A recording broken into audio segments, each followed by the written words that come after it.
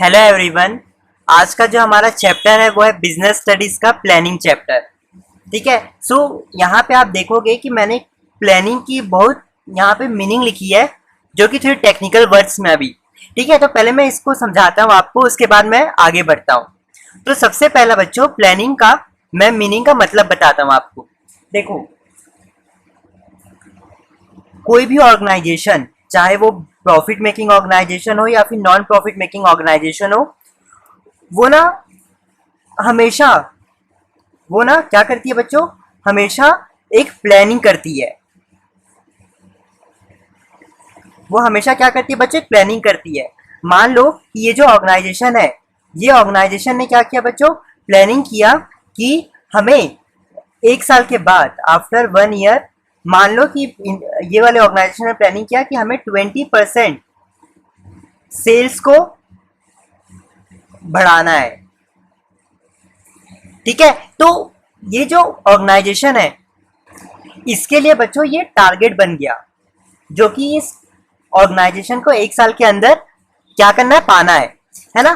तो मतलब अगर मैं पूछूं एक साल, अगर मैं ये एक साल है, ठीक है, मान लो कि ये एक साल है, ऑर्गेनाइजेशन ने बोला कि आज हम लोग यहाँ पे है, ऑर्गेनाइजेशन ने बोला कि आज हम लोग यहाँ पे है, और ऑर्गेनाइजेशन ने बोला कि एक साल के बाद हमें ये वाला टारगेट को अचीव करना है ना। तो आज के समय ऑर्गेनाइजेशन कौन सी स्टेट में, वी आर, मतलब अभी के समझ लो आज की इसमें ऑर्गेनाइजेशन यहाँ पे है। ठीक है, और ऑर्गेनाइजेशन को क्या, वी वॉन्ट टू रीच, मतलब ऑर्गेनाइजेशन को यहाँ पे रीच करना है एक साल के बाद, वी वॉन्ट टू रीच। ठीक है, वी वॉन्ट टू रीच। ठीक है बच्चों, तो ऑर्गेनाइजेशन हमेशा क्या करती है, ऑर्गेनाइजेशन बच्चों हमेशा क्या करती है, वो सबसे पहले ये पहले ही सोच लेती है, थिंकिंग इन एडवांस, वो पहले ही सोच लेती है कि हमें क्या करना है, व्हाट टू डू।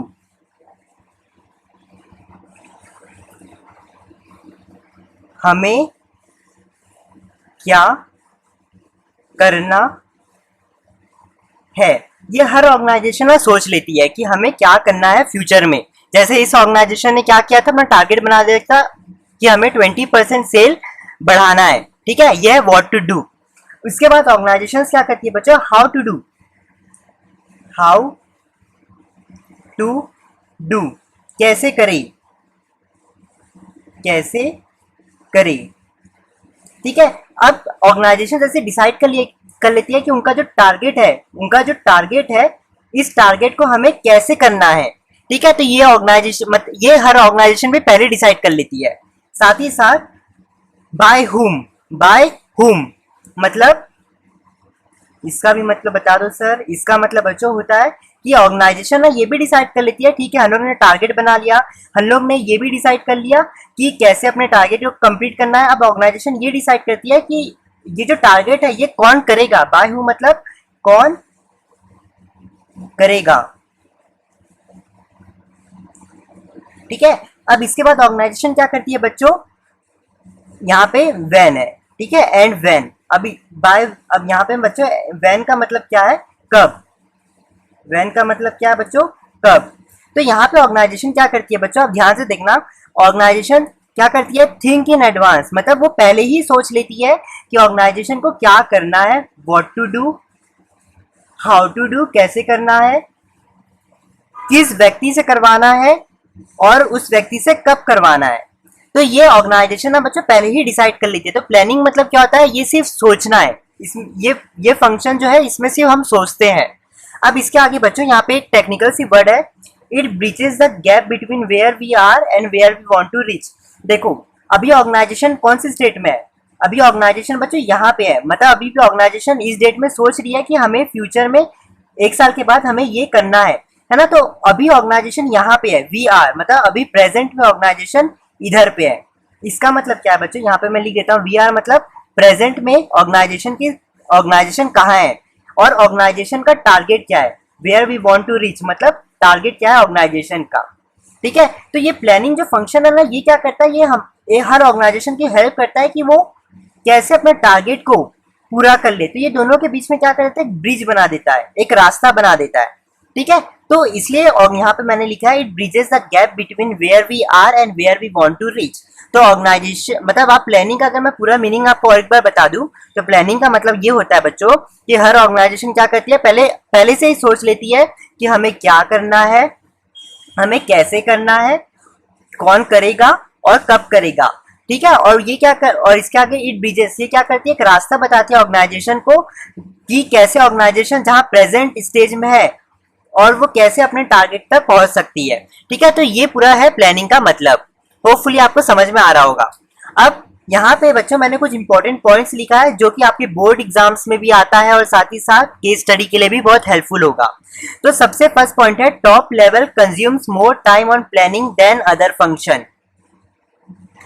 बच्चों टॉप लेवल मैनेजमेंट जानते हो ना, टॉप लेवल मैंने आपको चैप्टर 1 में बताया था कि top level, middle level, lower level management. तो टॉप लेवल मैनेजमेंट जो है ना, वो प्लानिंग में सबसे ज्यादा काम करता है, सबसे ज्यादा काम करता है प्लानिंग में, ठीक है। अब सेकंड है, thinking is essence of planning. देखो ये जो थिंकिंग है ना बच्चों, ये क्या है, थिंकिंग ये प्लानिंग का एसेंस है। सब ये एसेंस मतलब, देखो बच्चों आपकी लाइफ में भी ना आप सबसे, एक कोई भी पीपल होगा उसे सबसे ज्यादा प्यार करते होंगे, चाहे आपका डॉग होगा, कोई पेट होगा, या आपकी गर्लफ्रेंड होगी या बॉयफ्रेंड होगा, या फिर आपके मॉम होंगे या फिर डैड होंगे, आप किसी ना किसी से सबसे ज्यादा प्यार करते होंगे और उसके बिना ना आप रह नहीं सकते होंगे। तो वैसे ही सेम चीज, ये जो थिंकिंग है ना, ये प्लानिंग का एसेंस है। मतलब थिंकिंग या प्लानिंग ये दोनों आपस में रह नहीं सकते, ठीक है। तो ये बहुत इंपॉर्टेंट एलिमेंट है प्लानिंग का, ठीक है। तो एसेंस मतलब होता है कि एक ऐसा सिचुएशन जो कि बहुत इंपॉर्टेंट है। जैसे थिंकिंग और प्लानिंग आपस में एक दूसरे से अलग नहीं हो सकते, क्योंकि प्लानिंग के मतलब थिंकिंग बच्चों प्लानिंग के अंदर आता है और ये थिंकिंग बहुत इंपॉर्टेंट है, ये एसेंस ऑफ प्लानिंग है। तो एक नंबर में पूछ सकता है कि what is the essence of planning, तो इसका आंसर है thinking is the essence of planning. अब इसके थर्ड पॉइंट है, main point in definition of planning are. हाँ ये भी ना आपके बोर्ड में एक बार क्वेश्चन आया था कि main points in definition of planning. तो सबसे मेन पॉइंट है बच्चों ये जो मैंने यहाँ पे मार्क करवाया ना, सबसे मेन पॉइंट है what to do, how to do, by whom, by when. ये चार जो पॉइंट्स है ना, ये प्लानिंग की डेफिनेशन में सबसे इंपॉर्टेंट और मेन पॉइंट होते हैं। अब फोर्थ पॉइंट है most crucial step of planning, ठीक है। बच्चों प्लानिंग का ना एक स्टेप आता है, मैं आगे आपको एक प्रोसेस सिखाऊंगा प्रोसेस ऑफ प्लानिंग में। तो वहां पे ना सबसे बहुत सारे प्रोसेस दिए हैं, तो वहां पे सबसे ज्यादा प्रोसेस का सबसे इंपॉर्टेंट क्रूशियल स्टेप होता है सेटिंग ऑब्जेक्टिव। क्योंकि बच्चों आप ही देखो कि जब तक कोई भी ऑर्गेनाइजेशन का ऑब्जेक्टिव सेट नहीं होगा तो वो ऑर्गेनाइजेशन कैसे चलेगा, है ना, वो ऑर्गेनाइजेशन कैसे चलेगा, ठीक है। तो ये हर ऑर्गेनाइजेशन के लिए कंपलसरी होता है कि सबसे पहले उसको ऑब्जेक्टिव सेट करना पड़ता है, उसी के टारगेट के हिसाब से वो क्या करते हैं, प्लानिंग करते हैं, ठीक है। तो सबसे इंपॉर्टेंट और क्रूशियल स्टेप है प्लानिंग का, ऑब्जेक्टिव को सेट करना। सो अब हम लोग आ गए features, natures and characteristics of planning में। तो सबसे पहला है planning focus on achieving objectives. तो बच्चों जो भी फर्म्स होते हैं, जो भी ऑर्गेनाइजेशन होते हैं ना, वो क्या करते हैं अपना सबसे स्पेसिफिक जो टारगेट उन्हें करना है, मतलब जैसे मैं स्पेसिफिक गोल्स, मतलब देखो मान लो कि ये जो अगर मैंने एग्जांपल यहाँ पे आपको बताया, अगर ये ऑर्गेनाइजेशन है, ठीक है, और ऑर्गेनाइजेशन बोलती है कि हमें सेल्स को बढ़ाना है, हमें सेल्स को बढ़ाना है, ठीक है। ये ऑर्गेनाइजेशन का क्या होता है बच्चों, जनरल गोल होता है। ये क्या होता है बच्चों, ऑर्गेनाइजेशन का जनरल गोल। और अगर ऑर्गेनाइजेशन ऐसे बोले कि हमें फ्यूचर में सेल को बढ़ाना है 20% से 20%, देखो 20%, ये ऑर्गेनाइजेशन स्पेसिफिक हो गई, एकदम स्पेसिफिक हो गई कि हाँ हमें फ्यूचर में 20% बढ़ाना है। तो सबसे पहला यही है पॉइंट कि planning focuses on achieving objective का मतलब हर ऑर्गेनाइजेशन अपना एक एकदम स्पेसिफिक गोल बनाती है कि उन्हें एक्चुअली में क्या पाना है फ्यूचर में। अब planning is primary functions of management. देखो बच्चों ये जो प्लानिंग फंक्शन है ना, ये सबसे प्राइमरी फंक्शन होता है हर ऑर्गेनाइजेशन का। ये फंक्शन जब तक नहीं होगा, जब तक कोई भी ऑर्गेनाइजेशन में प्लानिंग फंक्शन नहीं होगा ना, तो कोई भी अदर फंक्शन आप नहीं कर सकते। मतलब जैसे इस ऑर्गेनाइजेशन का प्लान क्या था, 20% को सेल इंक्रीज करना, है ना, ये ऑर्गेनाइजेशन का प्लानिंग था। तो जब तक ऑर्गेनाइजेशन अपना प्लान सेट नहीं करती तब तक कि कोई अदर फंक्शन जैसे ऑर्गेनाइजिंग, आप जानते हैं ना, ऑर्गेनाइजिंग, स्टाफिंग, डायरेक्टिंग, कंट्रोलिंग, ये बहुत सारे फंक्शन है जो आपको मैंने पिछले लेक्चर्स में बता चुका है, पिछले चैप्टर्स में बता चुका है। तो जब तक प्लानिंग फंक्शन नहीं होता ना बच्चों, तब तक ये सारी फंक्शंस भी नहीं होती। अब प्लानिंग इज परवेसिव। परवेसिव का मतलब समझते हैं आप? परवेसिव का मतलब होता है बच्चों एवरीवेयर। परवेसिव का मतलब क्या होता है बच्चों? एवरीवेयर। तो प्लानिंग जो फंक्शन है ना, वो present everywhere at all organisation and levels. ये प्लानिंग जो फंक्शन है ना, ये हर ऑर्गेनाइजेशन में और हर लेवल, चाहे वो टॉप लेवल क्यों ना हो, चाहे वो मिडिल लेवल क्यों ना हो, चाहे वो लोअर लेवल क्यों ना हो, हर लेवल में ये प्लानिंग का फंक्शन काम करता है। Planning is futuristic. अब सही बात है, देखो हर ऑर्गेनाइजेशन ना क्या करती है, अपना प्लान करती है फ्यूचर के लिए। जैसे इस ऑर्गेनाइजेशन ने भी क्या किया कि हमें फ्यूचर में 1 साल के बाद 20% सेल को बढ़ाना है, तो ये यहाँ पे क्या कर रही है, फ्यूचर के लिए अपना एक टारगेट सेट कर रही है। सेम चीज है, प्लानिंग जब भी हम करते हैं ना, तो बच्चों ये हम फ्यूचर के लिए करते हैं। Planning is future forecast looking. ठीक है, तो हम हमेशा प्लानिंग क्या करते हैं, फ्यूचर के लिए करते हैं। अब प्लानिंग इन्वॉल्व डिसीजन मेकिंग। देखो बच्चों, देखो इसमें क्या रहता है, जो भी ऑर्गेनाइजेशन का ऑब्जेक्टिव रहता है, मान लो कि एक ऑर्गेनाइजेशन है, ये इसका ऑब्जेक्टिव है, तो इस ऑब्जेक्टिव को पाने के लिए ना बच्चों ऑर्गेनाइजेशन क्या करती है, बहुत सारे प्लान करती है। ए प्लान, बी प्लान, सी प्लान, डी प्लान, ऐसे बहुत सारे प्लान रहते हैं उनके पास। अब वो ऑर्गेनाइजेशन क्या करती है, वो देखती है कि इनमें से, इन सारे प्लान में से ऐसा कौन सा प्लान होगा जिससे हम बहुत जल्दी अपने ऑब्जेक्टिव को पा लेंगे, है ना। तो यहाँ पे वही चीज लिखा है कि प्लानिंग फंक्शन में बच्चों क्या होता है कि हर ऑर्गेनाइजेशन के पास बहुत सारे अल्टरनेटिव का मतलब होता है बच्चों बहुत सारे, बहुत सारे। ठीक है, तो हर ऑर्गेनाइजेशन के पास ना बच्चों बहुत सारे प्लान होते हैं, लेकिन उन बहुत सारे प्लान में से ऑर्गेनाइजेशन क्या करती है, सबसे बेस्ट प्लान को चुनती है, जिससे वो अपना ऑब्जेक्टिव को इजिली पा लेती है। तो प्लानिंग इन्वॉल्व डिसीजन मेकिंग का मतलब बच्चों ये है। ठीक है, अब प्लानिंग इज कंटिन्यूअस प्रोसेस। अब ये जो प्लानिंग फंक्शन है ना बच्चों, ये हमेशा चलता रहता है, हमेशा हमेशा हमेशा ऑर्गेनाइजेशन में चलता रहता है। ऐसा नहीं है कि एक मैनेजर ने बोला कि चलो यार मैं प्लानिंग कर लिया हूं, अब मैं घर में बैठ के चाय पीऊंगा, ऐसा नहीं है। ये मैनेजर भी ना जैसी प्लानिंग कर लेता है ना, तो उसके बाद भी वो क्या करता है, उसके बाद भी उसको प्लानिंग करते रहना चाहिए, करते रहना चाहिए, नहीं तो ऑर्गेनाइजेशन में आके फ्यूचर में प्रॉब्लम हो जाती है। ठीक है, तो planning is a continuous process, क्योंकि प्लानिंग को हम हमेशा हमेशा के लिए करते रहते हैं, कभी भी प्लानिंग का प्रोसेस स्टिल नहीं रहता, हम उसको हमेशा सालों साल तक, महीनों महीनों तक, घंटे घंटे तक हम लोग वो करते रहते हैं। Planning is a mental exercise. देखो प्लानिंग करना ना बच्चों एक इंटेलिजेंट इमेजिनेशन होना चाहिए। प्लानिंग करने के लिए ना आपको इंटेलिजेंट इमेजिनेशन होनी चाहिए। जैसे मान लो सपोज करना कि कोई भी ऑर्गेनाइजेशन है, मान लो कि ये कोई भी ऑर्गेनाइजेशन है, ये कोई भी बिजनेस है, इस बिजनेस ने सोचा कि ना मैं अपना मोबाइल को फ्यूचर में बेचूंगा। उसका मान लो कि कोई भी मोबाइल हो, एबीसी मोबाइल होगा उसका, तो ये ऑर्गेनाइजेशन ने बोला कि मैं एबीसी मोबाइल को अपना फ्यूचर में बेचूंगा। तो इससे क्या करना चाहिए, हर ऑर्गेनाइजेशन को प्लानिंग कर लेनी चाहिए, और प्लानिंग इमेजिनेशन प्लानिंग होनी चाहिए। कोई भी मतलब जो भी प्लानिंग इज मेंटल एक्सरसाइज, मतलब प्लानिंग जो भी करता है ना उसको इंटेलिजेंट इमेजिनेशन होना चाहिए। मतलब अगर मैं कोई भी ऑर्गेनाइजेशन ने अगर बोला कि मैं एबीसी मोबाइल फ्यूचर में लॉन्च करूंगा, तो उसको ये फ्यूचर में इमेजिन करना चाहिए कि मेरे इस मोबाइल को लॉन्च करने से क्या गवर्नमेंट में कोई घाटा तो नहीं होगा, मतलब गवर्नमेंट में कोई प्रॉब्लम तो नहीं होगी, गवर्नमेंट साइड सेक्टर में, या ऐसे कोई लोगों को तो प्रॉब्लम नहीं होगी। तो मतलब कभी भी कोई भी आप प्लानिंग करते हो ना, तो सबसे पहले आपको उसको उस चीज को इमेजिन करना है फ्यूचर के लिए कि हाँ अगर मैं इस प्लान को बनाऊंगा तो इससे क्या क्या प्रॉब्लम होगी, मुझे क्या क्या प्रॉब्लम होगी और कौन सी इससे हमें फायदा होगा। तो ये आपको ना अपने दिमाग में विजुअलाइज करना है, इमेजिन करना है। ठीक है, तो प्लानिंग क्या है, एक मेंटल एक्सरसाइज है, क्योंकि यहाँ पे हमें इमेजिनेशन करना पड़ता है। ठीक है, तो बच्चों ये थे, मैंने अभी आपको प्लानिंग की मीनिंग बताई और फीचर्स बताए। अब इससे बच्चों कभी कभी एग्जाम्स में क्वेश्चन पूछते हैं कि जैसे which function of management is considered as base for all other function. तो मैंने अभी आपको बताया था इसके फीचर में, planning is a primary function of management, क्योंकि प्लानिंग एक ऐसा फंक्शन है, अगर ये फंक्शन नहीं रहा तो आप कोई और फंक्शन भी नहीं कर सकते। मैंने यहाँ लिखा भी है, base function on which other functions are perform, without planning no other functions can be perform. ठीक है, तो इसका आंसर क्या होगा बच्चों, प्लानिंग। ठीक है sir, planning function is considered eight which level. Planning function बच्चों कौन से लेवल में हम लोग इस्तेमाल करते हैं। तो मैंने आपको बताया था कि प्लानिंग इज परवेसिव, मतलब प्लानिंग को हम हर लेवल में, हर ऑर्गेनाइजेशन में, हर जगह फॉलो करते हैं। तो प्लानिंग किसका आंसर होगा बच्चों? All levels, that is top, middle, lower. ठीक है, आपको क्वेश्चन भी तो यही पूछा ना कि कौन से लेवल में, कौन से लेवल में हम लोग फॉलो करते हैं। तो टॉप, मिडल लेवल, तीनों लेवल में हम प्लानिंग फंक्शन को फॉलो करते हैं। ठीक है बच्चों, तो बच्चों आज के लिए इतना ही। प्लानिंग तक का हम लोग ने टॉपिक कर लिया। इसके आगे वाला जो टॉपिक होगा उसको हम लोग इंपॉर्टेंस ऑफ प्लानिंग के बारे में जानेंगे। चलो अभी के लिए इतना ही बच्चों। Bye, enjoy, take care and cheers.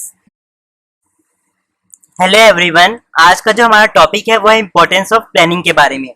तो आज हम लोग ये जानेंगे कि प्लानिंग के ऐसे कौन कौन से बेनिफिट होते हैं हमें प्लानिंग करने की। ठीक है, ठीक है सर, प्लानिंग करने के बेनिफिट आज हम लोग जानेंगे। तो सबसे पहला पॉइंट है प्रोवाइड, प्लानिंग प्रोवाइड्स डायरेक्शन। तो देखो, इसको मैं ना आपको एक एग्जांपल से समझाता हूँ। मान लो कि क्लास 12 के बाद,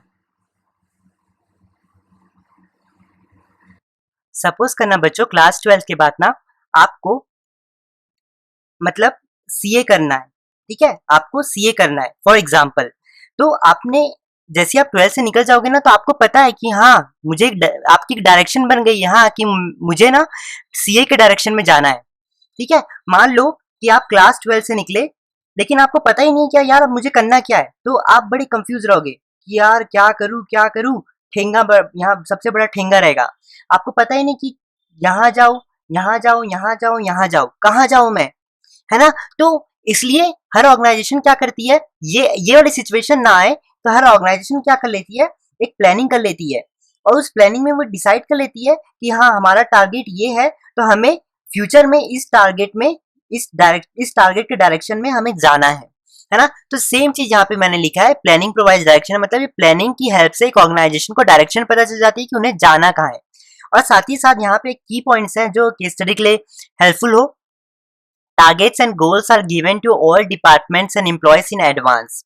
ठीक है, इसका मतलब समझे बच्चों, हर ऑर्गेनाइजेशन, मतलब हर डिपार्टमेंट्स और हर एम्प्लॉयज को पहले ही एडवांस, मतलब पहले ही बता दिया जाता है कि उनको करना क्या है, ऑर्गेनाइजेशन का टारगेट क्या है और उनको करना क्या है। ठीक है, तो इससे क्या हो जाता है, हर ऑर्गेनाइजेशन को पता चल जाता है कि हाँ हमें ये डायरेक्शन में जाना है। जैसे आपको पता चल गया सीए, मुझे सीए बना तो आप इस डायरेक्शन में जा रहे हो, तो वैसे ही हर एम्प्लॉयज को पहले ही बता दिया जाता है कि हमारा ऑर्गेनाइजेशन का टारगेट ये है। तो हर ऑर्गेनाइजेशन, मतलब हर एम्प्लॉयज को क्या करना है, इस डायरेक्शन में जाना है। ठीक है, तो ये बहुत इंपॉर्टेंट है केस स्टडी के लिए, इसलिए यहाँ पे मैंने इसे लिखा है। सेकेंड पॉइंट है planning reduces risk of uncertainty. ये भी अच्छी बात है बच्चों, क्योंकि good plan can reduce future risk. ठीक है, जब भी आप कोई अच्छी प्लानिंग करते हो ना, तो उससे क्या हो जाता है, फ्यूचर के जितने भी रिस्क हैं, फ्यूचर के जितने भी रिस्क है ना, वो कम हो जाते हैं, रिड्यूस हो जाते हैं। रिड्यूस हो जाना है पूरे रिस्क। ठीक है, गुड प्लान से आपके सारे रिस्क रिड्यूस हो जाते हैं, कम हो जाते हैं। Planning reduces overlapping and wasteful activity. Planning, ये बच्चों प्लानिंग, सबसे पहले तो ये जानो कि ओवरलैपिंग का मतलब क्या है। देखो, ओवरलैपिंग का मतलब होता है बच्चों कंफ्यूजन, कंफ्यूज होना। ठीक है, कंफ्यूज होना। और वेस्टफुल एक्टिविटीज का मतलब बच्चों वेस्टेज, वेस्टेज। ठीक है, कचरा, मतलब वेस्टेज वो वाला कचरा नहीं, मतलब आपने कुछ चीज को बर्बाद कर दी, आप उसको अच्छे से यूटिलाइज कर सकते थे लेकिन उस चीज को आपने बर्बाद कर दी, तो इसका मतलब यहाँ पे मैंने लिखा है वेस्टेज। तो अगर मैं इसका पूरा मीनिंग बताऊं, तो इसका मीनिंग बनेगा planning ensures no confusion and wastage. ठीक है, इन फ्यूचर। तो प्लानिंग की हेल्प से बच्चों क्या हो जाएगा, हमें कोई भी फ्यूचर में कंफ्यूजन नहीं होगी और कोई भी तरह की वेस्टेज नहीं होगी। अगर मैं इम्प्लॉयज की बात करूं, अगर आप इम्प्लॉयज को बताओगे ही नहीं कि उन्हें करना क्या है ना, तो इसको कितना कंफ्यूज होगा, अरे यार मुझे करना क्या है, मुझे तो पता ही नहीं, किसी ने बताया ही नहीं, ये कंफ्यूजन हो जाएगी।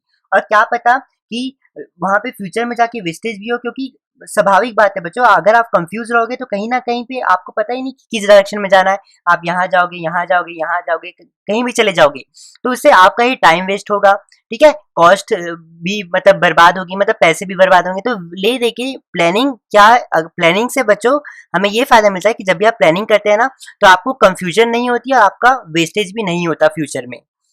अब फोर्थ पॉइंट है प्लानिंग प्रमोट्स इनोवेटिव आइडियाज। ये यहाँ पे मैंने सबसे पहला, यहाँ पे मैंने टॉप लेवल मैनेजमेंट लिखा है, ये अभी के लिए थोड़ा समझ लो क्योंकि थोड़ा सा इंपॉर्टेंट पॉइंट है। देखो इसको ना मैं आपको थोड़ा लिमिटेशन, जब लिमिटेशन ऑफ प्लानिंग पढ़ाऊंगा ना, तो यहाँ पे मैंने इसे लिखा क्यों है वो मैं आपको रीजन बताऊंगा। अब ये सेकंड पॉइंट में आइए, forces managers to think differently in a unique and a improved veg.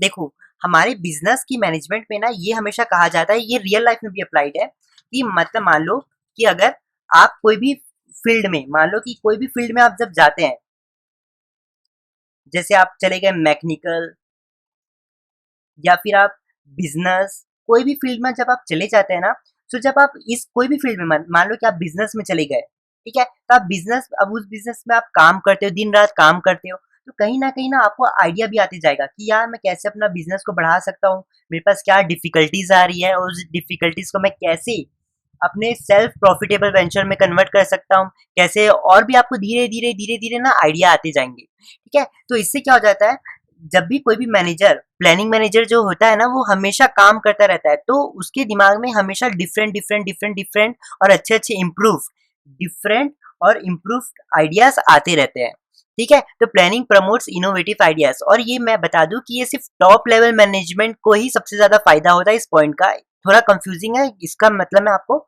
Limitation of planning के इसमें बताऊंगा, ठीक है। लेकिन अभी आप क्या क्या याद रखो कि मैनेजर्स को बहुत फायदा होता है, क्योंकि मैनेजर्स दिन भर प्लानिंग करते हैं, तो उनको कहीं ना कहीं पे हमेशा आइडिया, डिफरेंट आइडिया आता रहता है, और उनको बहुत सारे ऐसे तरीके पता चलते हैं जो उनके ऑर्गेनाइजेशन के ऑब्जेक्टिव को अचीव करने के लिए हेल्प करते हैं। अब हमारे पास फिफ्थ पॉइंट है प्लानिंग इन्वॉल्व डिसीजन मेकिंग। देखो ये सेम फीचर्स जैसा है। अल्टरनेटिव का मतलब होता है बच्चों, अल्टरनेटिव का मतलब बहुत सारे,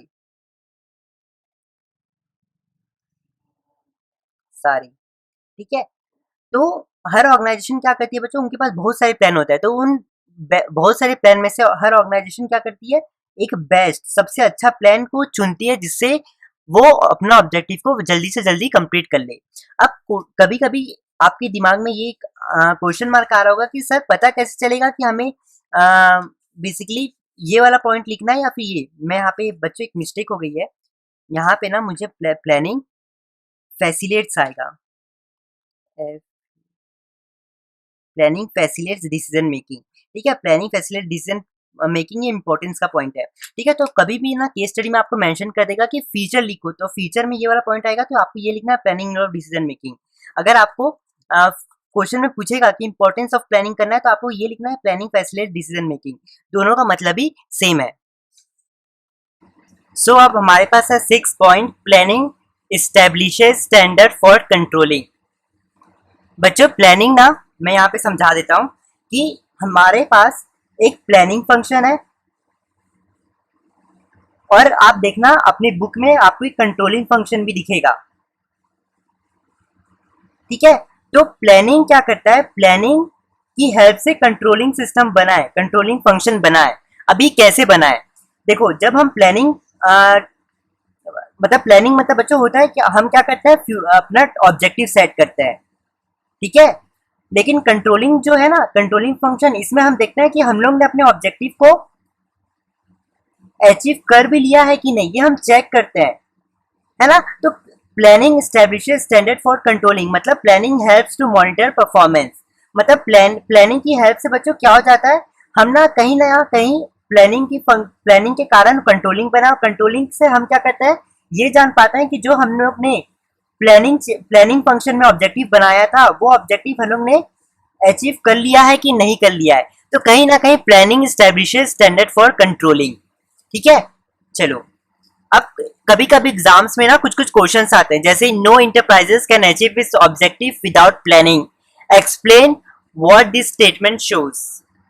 तो ये यहाँ पे ये कह रहा है कि कोई भी ऑर्गेनाइजेशन, कोई भी इंटरप्राइजेस अपना ऑब्जेक्टिव तब तक नहीं कर सकता जब तक प्लानिंग नहीं है, ठीक है। तो इससे एक्सप्लेन करने बोल रहा है तो कहीं ना कहीं आप देखोगे तो ये क्या कर रहा है, इंपॉर्टेंस ऑफ प्लानिंग को बता रहा है। तो आपको क्या करना है, यहाँ पे इंपॉर्टेंस ऑफ प्लानिंग के पॉइंट जो मैंने आपको बताया है वो आपको यहाँ पे एक्सप्लेन करना है। ठीक है, इंपॉर्टेंस ऑफ प्लानिंग के पॉइंट्स आपको यहाँ पे एक्सप्लेन करना है। ठीक है, क्योंकि ये बोल रहा है ना, कोई भी इंटरप्राइजेस अचीव नहीं कर सकता अपना ऑब्जेक्टिव विदाउट प्लानिंग। तो ये क्या बता रहा है, मतलब कोई भी ऑर्गेनाइजेशन अपना ऑब्जेक्टिव कर ही नहीं पा रहा है जब तक प्लानिंग नहीं है। तो ये क्या है, प्लानिंग का एक इंपॉर्टेंस बता रहा है, क्योंकि अगर प्लानिंग होगा तो हम अपने ऑब्जेक्टिव, कोई भी इंटरप्राइजेस अपना ऑब्जेक्टिव को अचीव कर लेगा। अब how does planning provide direction, planning कैसे डायरेक्शन को प्रोवाइड करता है। तो सबसे पहले ना बच्चों आपको क्या लिखना है, यहाँ पे मीनिंग लिखनी है जो मैंने यहाँ पे बताई है, ये वाली। ठीक है, ये वाली आपको यहाँ पे मीनिंग लिखनी है। उसके बाद आपको ये बताना है कि प्लानिंग कैसे डायरेक्शन प्रोवाइड करता है। तो सबसे पहले आपने मीनिंग लिख दी। सेकंड पॉइंट आपको ये लिखना है, employees know what they have to do. अब आपने पहले ही एम्प्लॉयज को बता दिया, यहाँ पे आप इसकी मीनिंग देखो, targets and goals are given to all department and employees in advance. मतलब पूरे एम्प्लॉयज और पूरे डिपार्टमेंट को बता दिया जाता है पहले से ही कि उन्हें क्या, उनका क्या टारगेट है और उन्हें क्या करना है ना। तो जैसे ही उनको पता चल जाता है हर एम्प्लॉयज को कि उन्हें करना क्या है, तो वो अपना काम चालू कर देते हैं। उनको पता चल जाता है कि हाँ हमें ये करना है। ठीक है, इसके बाद क्या होता है कि यहाँ पे यूनिटी बन जाती है एम्प्लॉयज के बीच में। ठीक है, तो प्लानिंग इस तरीके से डायरेक्शन को प्रोवाइड करता है। अब what all qualities required for doing planning, अगर आपको प्लानिंग चाहिए तो आपके पास मतलब आप अगर आप प्लानिंग करना चाहते हो कोई भी ऑर्गेनाइजेशन में, तो आपके पास ऐसी कौन सी क्वालिटी होनी चाहिए। तो सबसे पहले क्वालिटी है बच्चों इंटेलिजेंस। आपके पास इंटेलिजेंस होना चाहिए, आईक्यू लेवल आपका अच्छा होना चाहिए। इमेजिनेशन पावर, मतलब मैंने अभी आपको बताया इमेजिनेशन मतलब आपको अपने मन में सोचने की शक्ति होना चाहिए कि हाँ अगर मैं ये प्लानिंग करूंगा तो इसे फ्यूचर में जाके एक ऑर्गेनाइजेशन में क्या हो सकता है, क्या घाटा हो सकता है, क्या फायदा हो सकता है, ये सारी आपको मतलब विजुअलाइज करना पड़ेगा। तो आपके पास इमेजिनेशन की शक्ति होनी चाहिए। फॉरसाइट मतलब फ्यूचर देखना, फ्यूचर वो वाला देखना नहीं जो आप हाथ दे के बता रहे थे, वैसा वाला देखना नहीं। मतलब आपको एक तरीके से ये कहीं ना कहीं बच्चों इमेजिनेशन के जैसा ही सेम है, बस थोड़ा सा इसमें डिफरेंस होता है फॉरसाइट में। अब साउंड जजमेंट आपकी अच्छी होनी चाहिए। ठीक है, तो ये सारी 4 चीजें हैं जो हर प्लानिंग मैनेजर के पास होनी चाहिए। तो बच्चों होपफुली अभी आप सभी को समझ में आ गया होगा। तो हम लोग मिलते हैं नेक्स्ट लेक्चर में। और बच्चों नेक्स्ट लेक्चर में हम लोग क्या करेंगे, इंपॉर्टेंस और फीचर्स ऑफ प्लानिंग के ऊपर केस स्टडी की चर्चा करेंगे। ठीक है, तो अभी मैं चलता हूँ। ये क्वेश्चन सारे अच्छे से देख लेना, क्योंकि अगर आप ये सब लर्न नहीं करोगे ना, आपको ये पॉइंट्स लर्न नहीं होगे, तब तो आप केस स्टडी बना नहीं सकते हो। ठीक है, तो चलो मैं मिलता हूँ नेक्स्ट लेक्चर में। चलिए bye, enjoy, take care, cheers.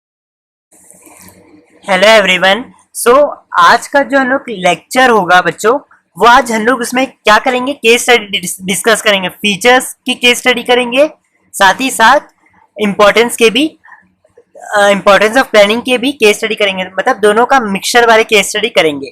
ठीक है, क्योंकि इसका रीजन ये है कि अभी मैं आपको धीरे धीरे सिखाऊंगा तो आप इजिली समझ जाओगे। लेकिन अगर आपने अच्छे से पॉइंट्स को याद नहीं किया ना, अभी जो मैंने अच्छे से समझा नहीं है और याद नहीं किया ना, तो आप केस स्टडी नहीं कर पाओगे। सो इसलिए मैं आपको रिकमेंड करूंगा पहले आप अच्छे से कर लो, वीडियो पॉज करके, अगर आपने देखा नहीं होगा पूरी वीडियो प्लेलिस्ट में अवेलेबल है, इंपॉर्टेंस भी यहाँ पे सब दिया गया है। तो ये सारी के बीच में ना बच्चों आराम से आपसे केस स्टडी सॉल्व हो जाएगी। तो वहां पिछले वाली लेक्चर्स में जाके एक बार आप देख लेना। ठीक है लेक्चर। तो आज हम लोग पढ़ेंगे केस स्टडी। लेकिन केस स्टडी से पहले बच्चों मैं आपको एक ट्रिक बता दूं कि केस स्टडी की सबसे पहली ट्रिक क्या है। सो केस स्टडी कोई इंपॉर्टेंट, मतलब केस स्टडी को सॉल्व करने के लिए सबसे इंपॉर्टेंट चीजें आपको क्या याद रखनी है। तो सबसे पहले बच्चों ये याद रखना है कि केस स्टडी में सबसे पहले आप क्या करेंगे, क्वेश्चन देखेंगे कि हमें एक्चुअल में क्या करना है। क्वेश्चन आप सबसे पहले ये देखेंगे कि क्वेश्चन में पूछा क्या है, उसके हिसाब से आप आंसर ढूंढेंगे। Second box, answer according two marks, आपको मार्क्स के हिसाब से आंसर करना। 3 मार्क्स का होगा तो 3 पॉइंट में आपको आइडेंटिफाई करके केस स्टडी में करना है। कोई कोई बच्चों क्या करते हैं, 3 पॉइंट तो 3 मार्क्स का आंसर रहता है, लेकिन उसमें केस स्टडी में ना कभी कभी 4 पॉइंट दिए रहते हैं। ठीक है, तो बच्चे 4 पॉइंट भी पूरा खोज के, लेकिन आपको ऐसा नहीं करना है, टाइम वेस्ट नहीं करना है। 3 मार्क्स दिया होगा तो 3 मार्क्स के हिसाब से आपको करना है। ठीक है बच्चों, तो ये 2 चीजें बहुत इंपॉर्टेंट है, ये आपको ध्यान में रखना है। तो चलो आज हम लोग केस स्टडी करते हैं। अब बच्चों केस स्टडी के लेना, ये तो बच्चों मेरे पास शिवदास की बुक है, तो ये मैंने वहां से ऐसे फाड़ लिया एक्चुअल में, क्योंकि मुझे डायरेक्ट जम नहीं रहा था कॉपी से उसको करने के लिए। तो ये शिवदास की बुक है जिसके थ्रू मैं आपको केस स्टडी इजिली बता पाऊंगा, ठीक है। और इससे और एक पर्पस है कि मैंने ऐसा फाड़ के क्यों किया, अभी मैं आपको बताता हूँ। देखो बच्चों, यहाँ पे ना एक्चुअली में मैंने ऐसे फाड़ा इसलिए क्यों, क्योंकि यहाँ से मुझे ऐसा आपको समझाने में इजी होगा, क्योंकि अगर मैं आपको ऐसे पढ़ाऊंगा और आपको डायरेक्ट आंसर दिख जाएंगे तो ये चीटिंग हो जाएगी, है ना। आप सभी फिर इसलिए मैंने छुपाने के लिए इसको ऐसे फाड़ा कि मैं इसे स्लाइडली कैसे भी करके मूव करके आपको आंसर भी दिखा सकूं। तो बेसिकली आज तो हमें क्या पढ़ना है, फीचर और इंपॉर्टेंस की केस स्टडी सॉल्व करना है, ठीक है। तो मैंने पूरे छाट के रखा है, हम उसकी केस स्टडी आज सॉल्व करेंगे, ठीक है बच्चों। तो ये वाला क्वेश्चन मैं यहाँ पे देख लेता हूँ। ये वाला क्वेश्चन देखो, मेरा देसी जुगाड़ बहुत काम का है बच्चों। ये देखो, तो सबसे पहले मैंने आपको क्या बताया था, फंडा क्वेश्चन पढ़ना है और आंसर अकॉर्डिंग टू क्वेश्चन करना है। तो सबसे पहले तो आप देखो question, in the above case identify importance of planning. आपको क्या करना है, प्लानिंग के इंपॉर्टेंस को बताना है। तो आपको क्या करना है, जल्दी से अपने माइंड में एग्जाम के समय में रिवाइज करना है, अरे यार प्लानिंग के इंपॉर्टेंस क्या थे, ये सारे इंपॉर्टेंस थे, ठीक है। तो इसी की हेल्प से मैं अभी आपको केस स्टडी सॉल्व करके दिखाऊंगा। और साथ ही साथ आपको क्या करना है, 3 मार्क्स का है तो आपको 3 ही पॉइंट खोजना है, भले केस स्टडी में 4 दिया हो बट आपको 3 ही करना है, ठीक है, अकॉर्डिंग टू मार्क्स। अब सबसे पहले आपको क्या करना है बच्चों, पेंसिल पकड़ना है, पेंसिल पकड़ना है और आपको रीड करना चालू करना है। और रीड करने से सबसे पहले याद रखना है, सारे पॉइंट्स आपको याद होने चाहिए अच्छे से, ठीक है। चलो ठीक है, फ्लोस टेक्नोलॉजी, ठीक है, ये कंपनी है, वो bulb manufacturing, flow technology deals in bulb manufacturing business. Flow technology एक ऐसी कंपनी है जो बल्ब मैन्युफैक्चर बिजनेस में डील करती है। It plans for a successful year of a production and sales this year. ये कंपनी ने क्या किया, बहुत प्लानिंग की कि उनका सबसे ज्यादा इस साल प्रोडक्शन हो और सबसे ज्यादा सेल्स हो। It has its advance given targets to all its department and employees. उन्होंने क्या किया, अपना जो भी टारगेट था वो अपने पूरे डिपार्टमेंट्स एंड एम्प्लॉयज को बता दिया। अब आप क्या करो, यहाँ पे मेरे साथ यहाँ पे रेड पेन से मार्क करो, टारगेट डिपार्टमेंट्स। अपना मतलब इस बिजनेस ने क्या किया, पहले ही अपने टारगेट्स को अपने एम्प्लॉयज और डिपार्टमेंट्स को बता दिया। The departments and employees are happy. जितने भी डिपार्टमेंट थे बिजनेस में और जितने भी एम्प्लॉयज थे वो बहुत हैप्पी थे। They know that now they won't have to be unconcerned activities, thus lead to more focused approach resulting in saving of resources। ठीक है, तो यहाँ पे आपको क्या करना है, मेरे साथ सेविंग ऑफ रिसोर्सेज में मार्क करना है, सेविंग ऑफ रिसोर्सेज में आपको मार्क करना है। The company thinking of starting 2 new plants. Company ने सोचा कि वो सदर्न पोर्शन में अपना 2 प्लांट को स्टार्ट करे। For this some concentrate plan has to be made. The main core team of the company has decided to weigh all the options and then choose the best one। ठीक है, तो ये तो पहले से ही mark है, तो ये भी आप मार्क कर लो, ठीक है। तो यहाँ पे the road might be long but the company is geared to face all the challenges। मतलब बच्चों इजी है, इसका केस स्टडी ये कह रहा है कि एक बल्ब टेक्नोलॉजी कंपनी थी, उनका टारगेट था कि वो प्रोडक्शन बढ़ाए और सेल्स बढ़ाए। और उसके साथ साथ ये भी क्वेश्चन में दिया रखा है कि कंपनी ने अपने जितने भी टारगेट्स और जितने भी कंपनी का टारगेट है वो टारगेट को उन्होंने पहले ही अपने डिपार्टमेंट और एम्प्लॉयज को बता दिया, ठीक है। और सभी एम्प्लॉयज बहुत खुश थे। और साथ ही साथ इस तरीके से हुआ कि जितने भी रिसोर्सेज हैं, प्लानिंग इस तरीके से की गई कि जितने भी रिसोर्सेज है वो सारे सेफ है, कोई भी वेस्टेज नहीं हुआ।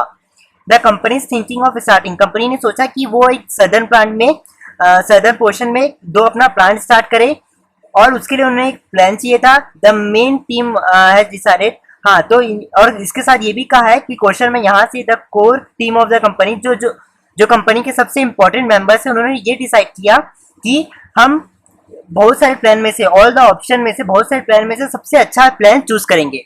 अब देखो बच्चों, यहाँ पे क्या है, यहाँ पे आप देखना प्लानिंग प्रोवाइड डायरेक्शन होगा कि नहीं। देखो यहाँ पे कंपनी ने कहा है, कि वो उन्होंने अपने पूरे टारगेट्स को अपने डिपार्टमेंट्स और एम्प्लॉयज को पहले ही बता दिया। तो मैंने भी आपको यही लिखाया था कि targets and goals are given to all department and employees in advance, सारे टारगेट्स। तो सबसे पहला पॉइंट देखोगे तो इट प्रोवाइड्स डायरेक्शन, देखा, ठीक है, मिल गया आपको। अब अरे यार दिख गया, शिट, अब सेविंग ऑफ रिसोर्सेज, चलो कोई दिक्कत नहीं है। सेविंग ऑफ रिसोर्सेज बच्चों मतलब कंपनी आराम से सेव कर पा रही है, मतलब वो कोई वेस्टेज नहीं कर रही है। तो आपके यहाँ पे ये वाला पॉइंट आएगा, planning reduces overlapping and wasteful activity. बच्चों घबराना मत, धीरे धीरे आप सभी को आसानी से समझ में आ जाएगा, ठीक है। और बच्चों और 3 मार्क्स का है, ठीक है, तभी 2 पॉइंट है, मतलब आपको और एक करना है। अब उसमें से सबसे, हर ऑप्शन में से कंपनी ने सबसे बेस्ट को चुना, तो इसमें बच्चों ये वाला आएगा। अगर आपको अच्छे से देख ली होंगी वाली लेक्चर तो आपको इजिली पता चल जाएगा कि planning facilitates decision making, alternative plan मतलब बहुत सारे प्लान में से सबसे बेस्ट चुना, ठीक है। तो यहाँ पे आप देखोगे तो इसका ये वाला पक्का पॉइंट आएगा, फॉर श्योर है, प्लानिंग फैसिलिटेट डिसीजन मेकिंग। तो रट्टा मत लगाना, ये पॉइंट्स को आपको अच्छे से करना है। ये जितने भी लेक्चर्स मैंने बताए पॉइंट्स को इसको अच्छे से देखना है। केस स्टडी आपको इजिली बन जाएगी, बस थोड़ी सी प्रैक्टिस की जरूरत है, इजिली से कर पाओगे, ठीक है। तो फर्स्ट केस स्टडी में आपको पक्का पक्का कोई प्रॉब्लम नहीं होगी। अब बच्चों दूसरी केस स्टडी में जाता है। सो बच्चों अब हम लोग आगे ये क्वेश्चन नंबर 10 करते हैं, ठीक है। सबसे पहले आपको रूल बताया था, सबसे पहले इंपॉर्टेंस ऑफ प्लानिंग। अभी तो मैं आपको डायरेक्ट पूछ रहा हूँ, लेकिन एग्जाम्स में ना मिक्सचर वाला आएंगे तो सबसे पहले आपको क्वेश्चन पढ़ना है। 3 मार्क्स का है तो आपको 3 पॉइंट्स लिखने हैं, ठीक है। सो सबसे पहले एक बार आप पढ़ना, in an annual grade meeting a company sets its target for the year, the manufacturing department has decided to manufacture 2.5 million units of the product and has decided to monitor the performance so as to control it accordingly. The survey done by the company has shown a number of citizens in the north which are showing increased demand for the product. The company in the research during the last 3 months generated various options and decided to follow the best one. Decided to follow the various option में से सबसे best चुना गया। The HR team is also concerned about its output. The HR had revealed, HR department को पता चला, there can be a shortage of MBA. Shortage मतलब MBA को रिस्क पता चल गया कि हाँ ये तो रिस्क है भाई, ऑर्गेनाइजेशन बिजनेस के लिए रिस्क है, क्योंकि बिजनेस को पहले ही पता चल गया। बिजनेस ने खोज के निकाला कि हाँ फ्यूचर में जाके MBA वाले बच्चों की शॉर्टेज हो सकती है, ठीक है। Which can reduce the quality of the man power, जिसके कारण हमारा बिजनेस की क्वालिटी की मैन पावर वो रिड्यूस हो सकती है फ्यूचर में। सो डिसाइडेड टू अरेंज, तो HR डिपार्टमेंट ने क्या किया, वर्कशॉप को अरेंज करने का प्लानिंग किया from different college to select the best alternative. मतलब HR डिपार्टमेंट ने क्या किया, बहुत सारे कॉलेज में गए और वहाँ पे उन्होंने डिसाइड किया कि बहुत अच्छे से कॉलेज में जाके बहुत अच्छे अच्छे कैंडिडेट को हम चुन के लाएंगे, ठीक है। तो यहाँ पे आपको क्या करना है, इंपॉर्टेंस ऑफ प्लानिंग बताना है। तो आप सबसे फर्स्ट पॉइंट देखोगे, decided to manufacture 2.5 million units, has decided to monitor the performance. अब देखना बच्चों, यहाँ पे मैंने आपको बताया था कि planning establishes standard for controlling. यहाँ पे आप क्या करते हो कि कंट्रोलिंग में आप बेसिकली परफॉर्मेंस चेक करते हो। तो सेम चीज यहाँ भी क्या क्या है, मॉनिटर को किया गया है, परफॉर्मेंस को मॉनिटर किया गया है ना। तो इसलिए यहाँ पे मैंने लिखा है planning establishes standard for controlling. तो यहाँ पे मैंने देखो यही वाला पॉइंट यहाँ पे लिखा है। अब बच्चों सेकेंड पॉइंट, अब तो ये भी आप बता दोगे क्योंकि पिछले ही इसमें आप हम लोग ने इसे आराम से कर चुका था, ठीक है। तो बहुत सारे ऑप्शन में से, बहुत वेरियस ऑप्शन में से सबसे अच्छा वाला बेस्ट वन चुनना है। तो इसका तो आप इजली बता पाओगे। आप इसका आंसर ये होगा, फैसिलिटेट फॉर डिसीजन मेकिंग, ठीक है सर, ये भी जम गया, ठीक है। अब 3 मार्क्स का तो आपको और एक पॉइंट करना है। देखो शॉर्टेज, आपको पता चल गया कि फ्यूचर में जाके रिस्क होने वाला है क्योंकि MBA स्टूडेंट की शॉर्टेज होने वाली है। तो मैंने आपको बताया था कि planning reduce risk of uncertainty में हम क्या करते हैं, रिस्क को रिड्यूस करते हैं। इसलिए हम प्लानिंग का इंपॉर्टेंस ये है कि फ्यूचर में आपको पता चल जाता है कि जितने भी रिस्क होने वाला है जिसको आप कम कर सकते हो। तो सेम चीज इंपॉर्टेंस भी पूछा है। तो ये वाला जो पॉइंट है, ये वाला जो पॉइंट रिवेल द शॉर्टेज, इसमें बच्चों ये वाला पॉइंट आ जाएगा, ठीक है। तो इसलिए ये नोट्स बहुत इंपॉर्टेंट है, इसलिए इसको अच्छे से पढ़ लेना। अब आप देखोगे तो planning establishes standard for controlling आ गया, प्लानिंग फैसिलिटेट्स डिसीजन मेकिंग ये वाला आ गया, planning reduces risk of uncertainty ये वाला पॉइंट आ गया, ठीक है। अब बच्चों अब आप सभी के लिए और एक क्वेश्चन हम कर देते हैं, ठीक है, जिससे आपको और थोड़ा क्लैरिटी हो जाए। अच्छा बच्चों चलो कोई नहीं, एक काम करते हैं ना, अगली लेक्चर्स पे ना डिस्कस करेंगे और भी, क्योंकि यहाँ पे बहुत सारे क्वेश्चन लिमिटेशन से भी मिक्स है ना। तो जब लिमिटेशन को टॉपिक करवा दूंगा तो आपको केस स्टडी भी इजिली करवा दूंगा, ठीक है। अब मैं आपको बता देता हूँ बच्चों की केस स्टडी के लिए आप कौन सी बुक खरीदे।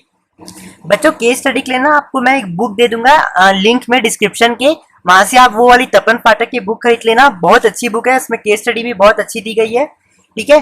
तो ये इंपॉर्टेंस, तो बच्चों ये नोट्स भी बहुत अच्छे से कर लेना, ठीक है।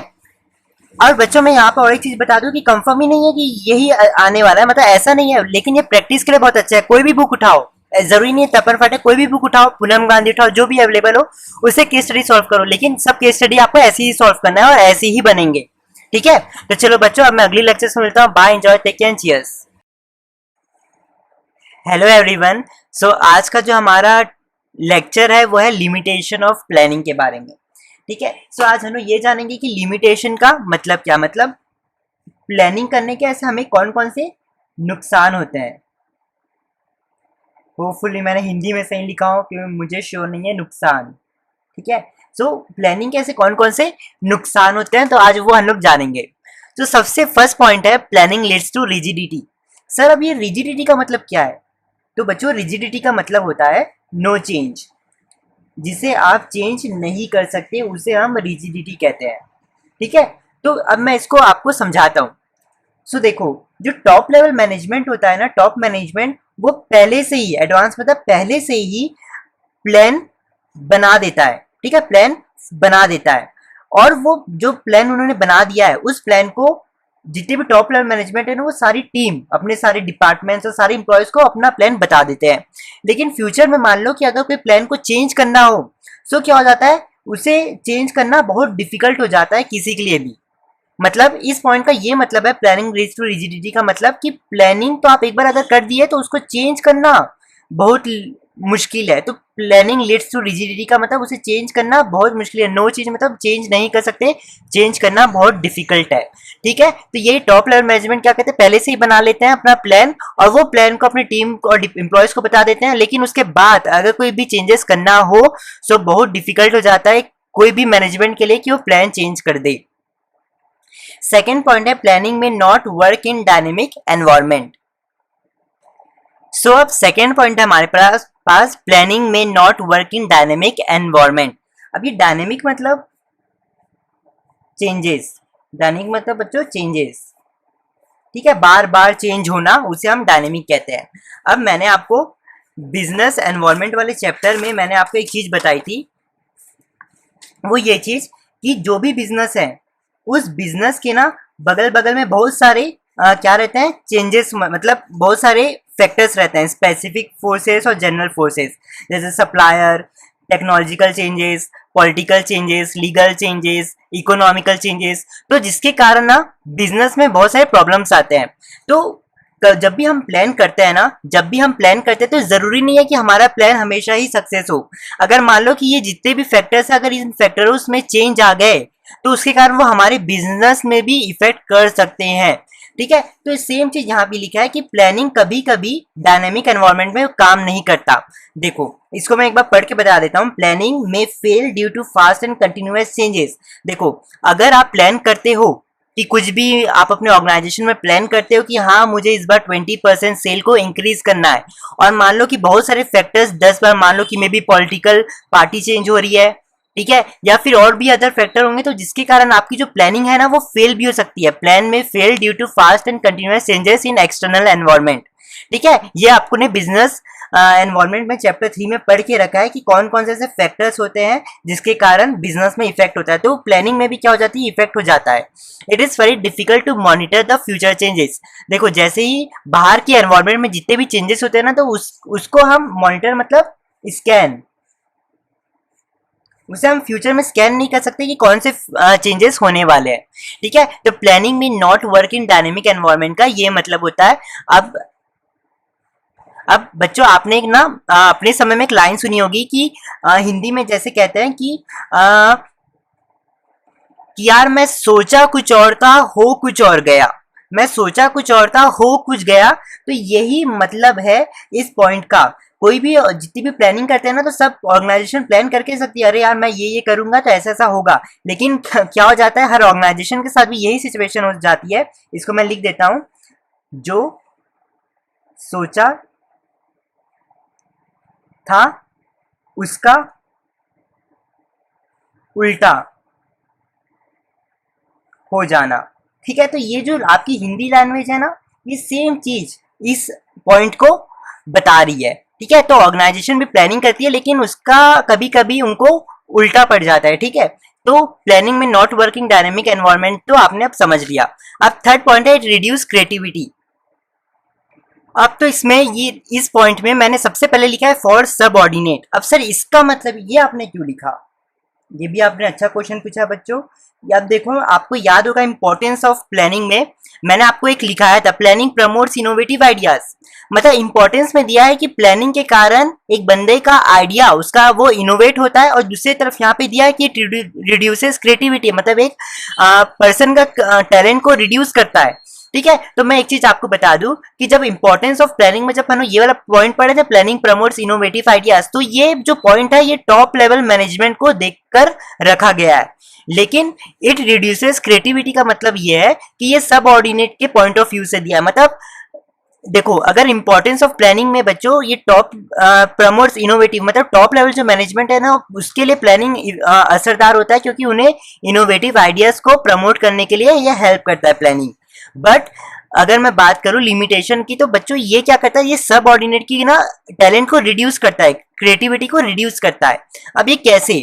ठीक है, तो ये पॉइंट कंफ्यूज मत होना कि यहाँ पे प्रमोट आइडिया इंपॉर्टेंस में दिया है और लिमिटेशन में ऐसा दिया है। तो ये तो आप होपफुली आप समझ पा रहे होंगे कि मैंने ऐसा क्यों किया था। ठीक है, तो यहाँ पे एम्प्लॉयज बिकम ब्लाइंड फॉलोअर्स, ये सबसे मेन पॉइंट है। एम्प्लॉयज बिकम ब्लाइंड फॉलोअर्स, अगर एग्जाम्स में आप ये ब्लाइंड फॉलोअर्स लिख दिए ना तो मतलब समझ लो कि आप टीचर आप पे बहुत खुश हो जाएगा। ठीक है, तो अब इसके आगे लिखा है because they could not change plan as plan is decided by top management. देखो जो भी वर्कर्स या एम्प्लॉयज होते हैं ना, तो उनको हमेशा हमेशा उनकी ड्यूटी वही होती है जो टॉप लेवल मैनेजमेंट डिसाइड करती है। मतलब अगर टॉप लेवल मैनेजमेंट ने उन्हें बता दिया कि तुम्हें इस तरीके से काम करना है, तो एम्प्लॉयज को उसी तरीके से काम करना पड़ेगा। अगर एम्प्लॉयज को लगता भी है कि नहीं यार इस काम से करूंगा तो फिर फ्यूचर में जाके मुझे भी घाटा होगा, साथ ही साथ मेरी पूरी कंपनी या बिजनेस में भी घाटा होगा। ठीक है, तो एम्प्लॉयज, लेकिन क्या होता है एम्प्लॉयज जो होता है ना वो अपने टॉप मैनेजमेंट को भी बताता है कि सर अगर मैं ऐसा करूंगा ना तो इससे प्रॉब्लम हो जाएगा। तो टॉप लेवल मैनेजमेंट एम्प्लॉयज को बोलती है नहीं, जो हमने तुम्हें कहा वो तुम्हें वही करना पड़ेगा। तो एम्प्लॉयज भी क्या हो जाता है, गुस्सा हो जाता है और टॉप बोलता है कि अच्छा इन्होंने मेरी बात नहीं मानी ना, ठीक है फ्यूचर में अगर कुछ मैनेजमेंट में घाटा हो गया, बिजनेस में घाटा हो गया, तभी जाके ये टॉप लेवल मैनेजमेंट को समझ में आएगा। ठीक है, तो ये एक्चुअल में रियल वर्ल्ड में भी यही होता है। जब हम अपने टॉप मैनेजमेंट को ये बात करते हैं कुछ भी रिलेटेड बात, तो वो हमेशा हमारे कभी कभी हमसे डिसएग्री होते हैं। ठीक है, तो फिर हम हमेशा कहते हैं कि अच्छा हमारी बात नहीं मान रहे हैं, देखना फ्यूचर में जाके इनको ही घाटा होगा। तो एग्जैक्ट सेम चीज यहाँ भी है। इंप्लॉयज क्या हो जाते हैं बच्चों, ब्लाइंड फॉलोअर्स हो जाते हैं, बिकॉज क्योंकि वो क्या करते हैं, वो प्लान को चेंज नहीं कर पाती, क्योंकि प्लान जो है टॉप मैनेजमेंट डिसाइड करती है। जो टॉप मैनेजमेंट ने प्लान बनाया उसी प्लान को एम्प्लॉयज को फॉलो करना पड़ेगा, वो प्लान को चेंज नहीं कर सकती। तो इट रिड्यूसेस का क्रिएटिविटी का मतलब बच्चों ये है। ठीक है, अब है fourth point, planning involves huge cost. देखो जब भी आप प्लानिंग करते हो ना, तो प्लानिंग में बच्चों बहुत सारे खर्चे आते हैं। खर्चे सर एक्सपेंसिव, कॉस्ट मतलब एक्सपेंसेस। ठीक है, बहुत सारे खर्चे आते हैं। जैसे आपने क्या किया, प्लानिंग करने के लिए कोई एक्सपर्ट मैनेजर को बुलाया, उसको भी पैसा दोगे आप। ठीक है, कभी कभी क्या होता है, हर organisation facts data figures collect करने के लिए भी उनको पैसा बहुत सारा खर्चा हो जाता है।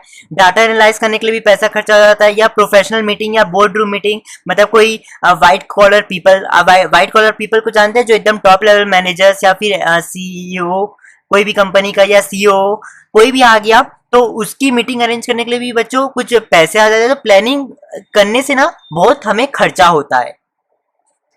अब नेक्स्ट पॉइंट है हमारे पास, planning is a time consuming process. देखो प्लानिंग ना, उस प्लानिंग बच्चों बहुत टाइम कंज्यूमिंग पीरियड है। ये बेसिकली मैं इसको आपको एक एग्जांपल के थ्रू समझाता हूँ। देखो जैसे कभी कभी जैसे हमें एग्जाम्स के समय में ना हमें पीएल मिलता है, मे बी आपका ले लो कि अकाउंट्स का एग्जाम है, नहीं चलो या ले लो कि मतलब आपका एग्जाम है। ठीक है, आपका मतलब एग्जाम है, बिजनेस मतलब जो भी एग्जाम है, तो इसके लिए ना हम लोग को पीएल मिलती है, प्रिपरेशन लीव। हमें छुट्टी मिलती है कि हम उस छुट्टी के समय में पढ़ ले।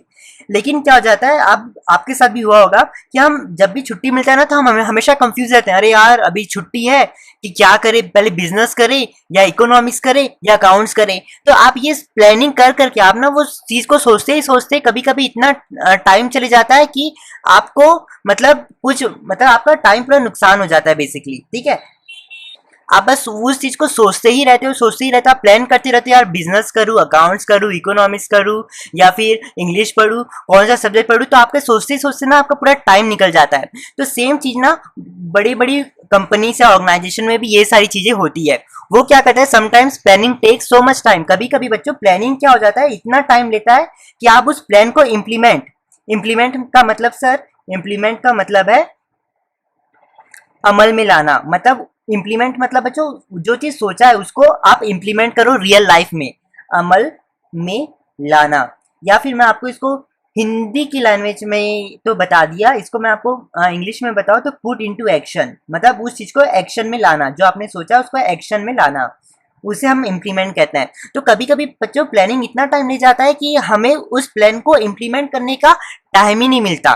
जैसे एनुअल प्लानिंग्स में, मतलब पूरे साल भर की जब हम प्लानिंग करते हैं तो ऑर्गेनाइजेशन दिन भर सोचता रहता है, लेकिन उस प्लान को वो रियल लाइफ में अमल नहीं कर पाता है। तो सेम चीज है, प्लानिंग क्या है, बहुत टाइम कंज्यूमिंग प्रोसेस है। अब 6 पॉइंट है, planning does not guarantee success. ये मोस्ट इंपॉर्टेंट टॉपिक है, और मैं कहूंगा कि ये जो स्टार है इसके ऊपर ना आप जलेबी भी बना लो, जलेबी है ना। जलेबी क्यों बनवाए सर, ये देखो इंपॉर्टेंट तो है ही, साथ ही साथ इस पॉइंट में जलेबी इसलिए बनाया कि आप इस पॉइंट को अच्छे से अपने दिमाग में बसा लो। जैसे जलेबी खाते हो ना, वैसे इस पॉइंट को अपने दिमाग में अच्छे से बसा लो। बहुत इंपॉर्टेंट पॉइंट है। देखो, once plan work will work again. अब इसका मतलब मैं आपको समझाता हूँ इस लाइन का मतलब क्या है। देखो, सपोज करना कि मान लो कि प्रीवियस ईयर एक बिजनेस था, कोई भी बिजनेस ले लो, एबीसी बिजनेस ने ना एक प्लान बनाया, और उस प्लान की हेल्प से इस कंपनी को 50 लाख का प्रॉफिट हो गया। कितने लाख का बच्चों, 50 लाख का इस कंपनी को प्रॉफिट हो गया, एक प्लान बनाया। तो इस कंपनी ने सोचा, यार मैंने पिछले साल तो ये वाला एक प्लान बनाया था जिसके कारण मेरे को 50 लाख फायदा हो गया, एक काम करता हूँ अगले साल भी ना मैं वही सेम प्लान को फॉलो करूंगा, तो अगले साल भी ना मुझे क्या पता 50 लाख के ऊपर प्रॉफिट हो जाए। ठीक है, तो कंपनी, लेकिन ना मान लो कि इस एबीसी कंपनी ने क्या किया, वही पिछले साल का प्लान इस साल भी यूज कर लिया, जिसके कारण कंपनी को क्या हो गया बच्चों, 50 लाख का घाटा हो गया। तो इस पॉइंट का मतलब यही है कि जो भी प्लानिंग आप पिछले साल करते हो या फिर जो भी आप प्रीवियस टाइम पे जो भी प्लान यूज किए हो, वो प्लान एक्चुअल में फ्यूचर में भी सक्सेसफुल रहे उसकी गारंटी नहीं है।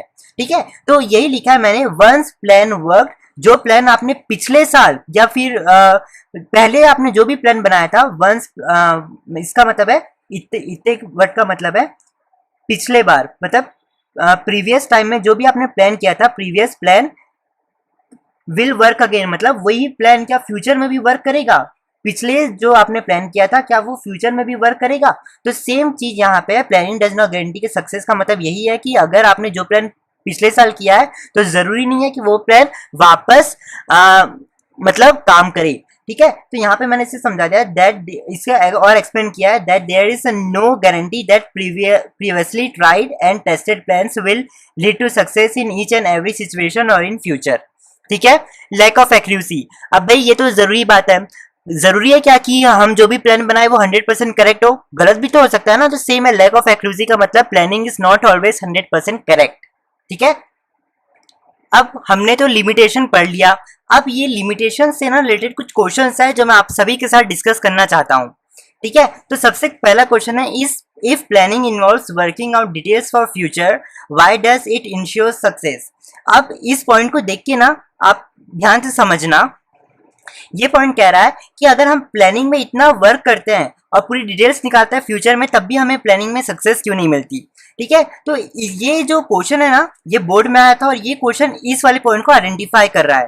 ठीक है, तो इसमें आपको ये वाला पॉइंट एक्सप्लेन करना है कि planning does not guarantee success, planning से हमें सक्सेस नहीं मिलती, हमेशा नहीं मिलती, मिलती है लेकिन हमेशा नहीं मिलती, जरूरी नहीं है। ठीक है, तो यही चीज आपको यहाँ पे एक्सप्लेन करना है। तो मैं यहाँ पे सीधा सा लिख देता हूँ 6 पॉइंट जो आपको यहाँ पे मिल जाएगा।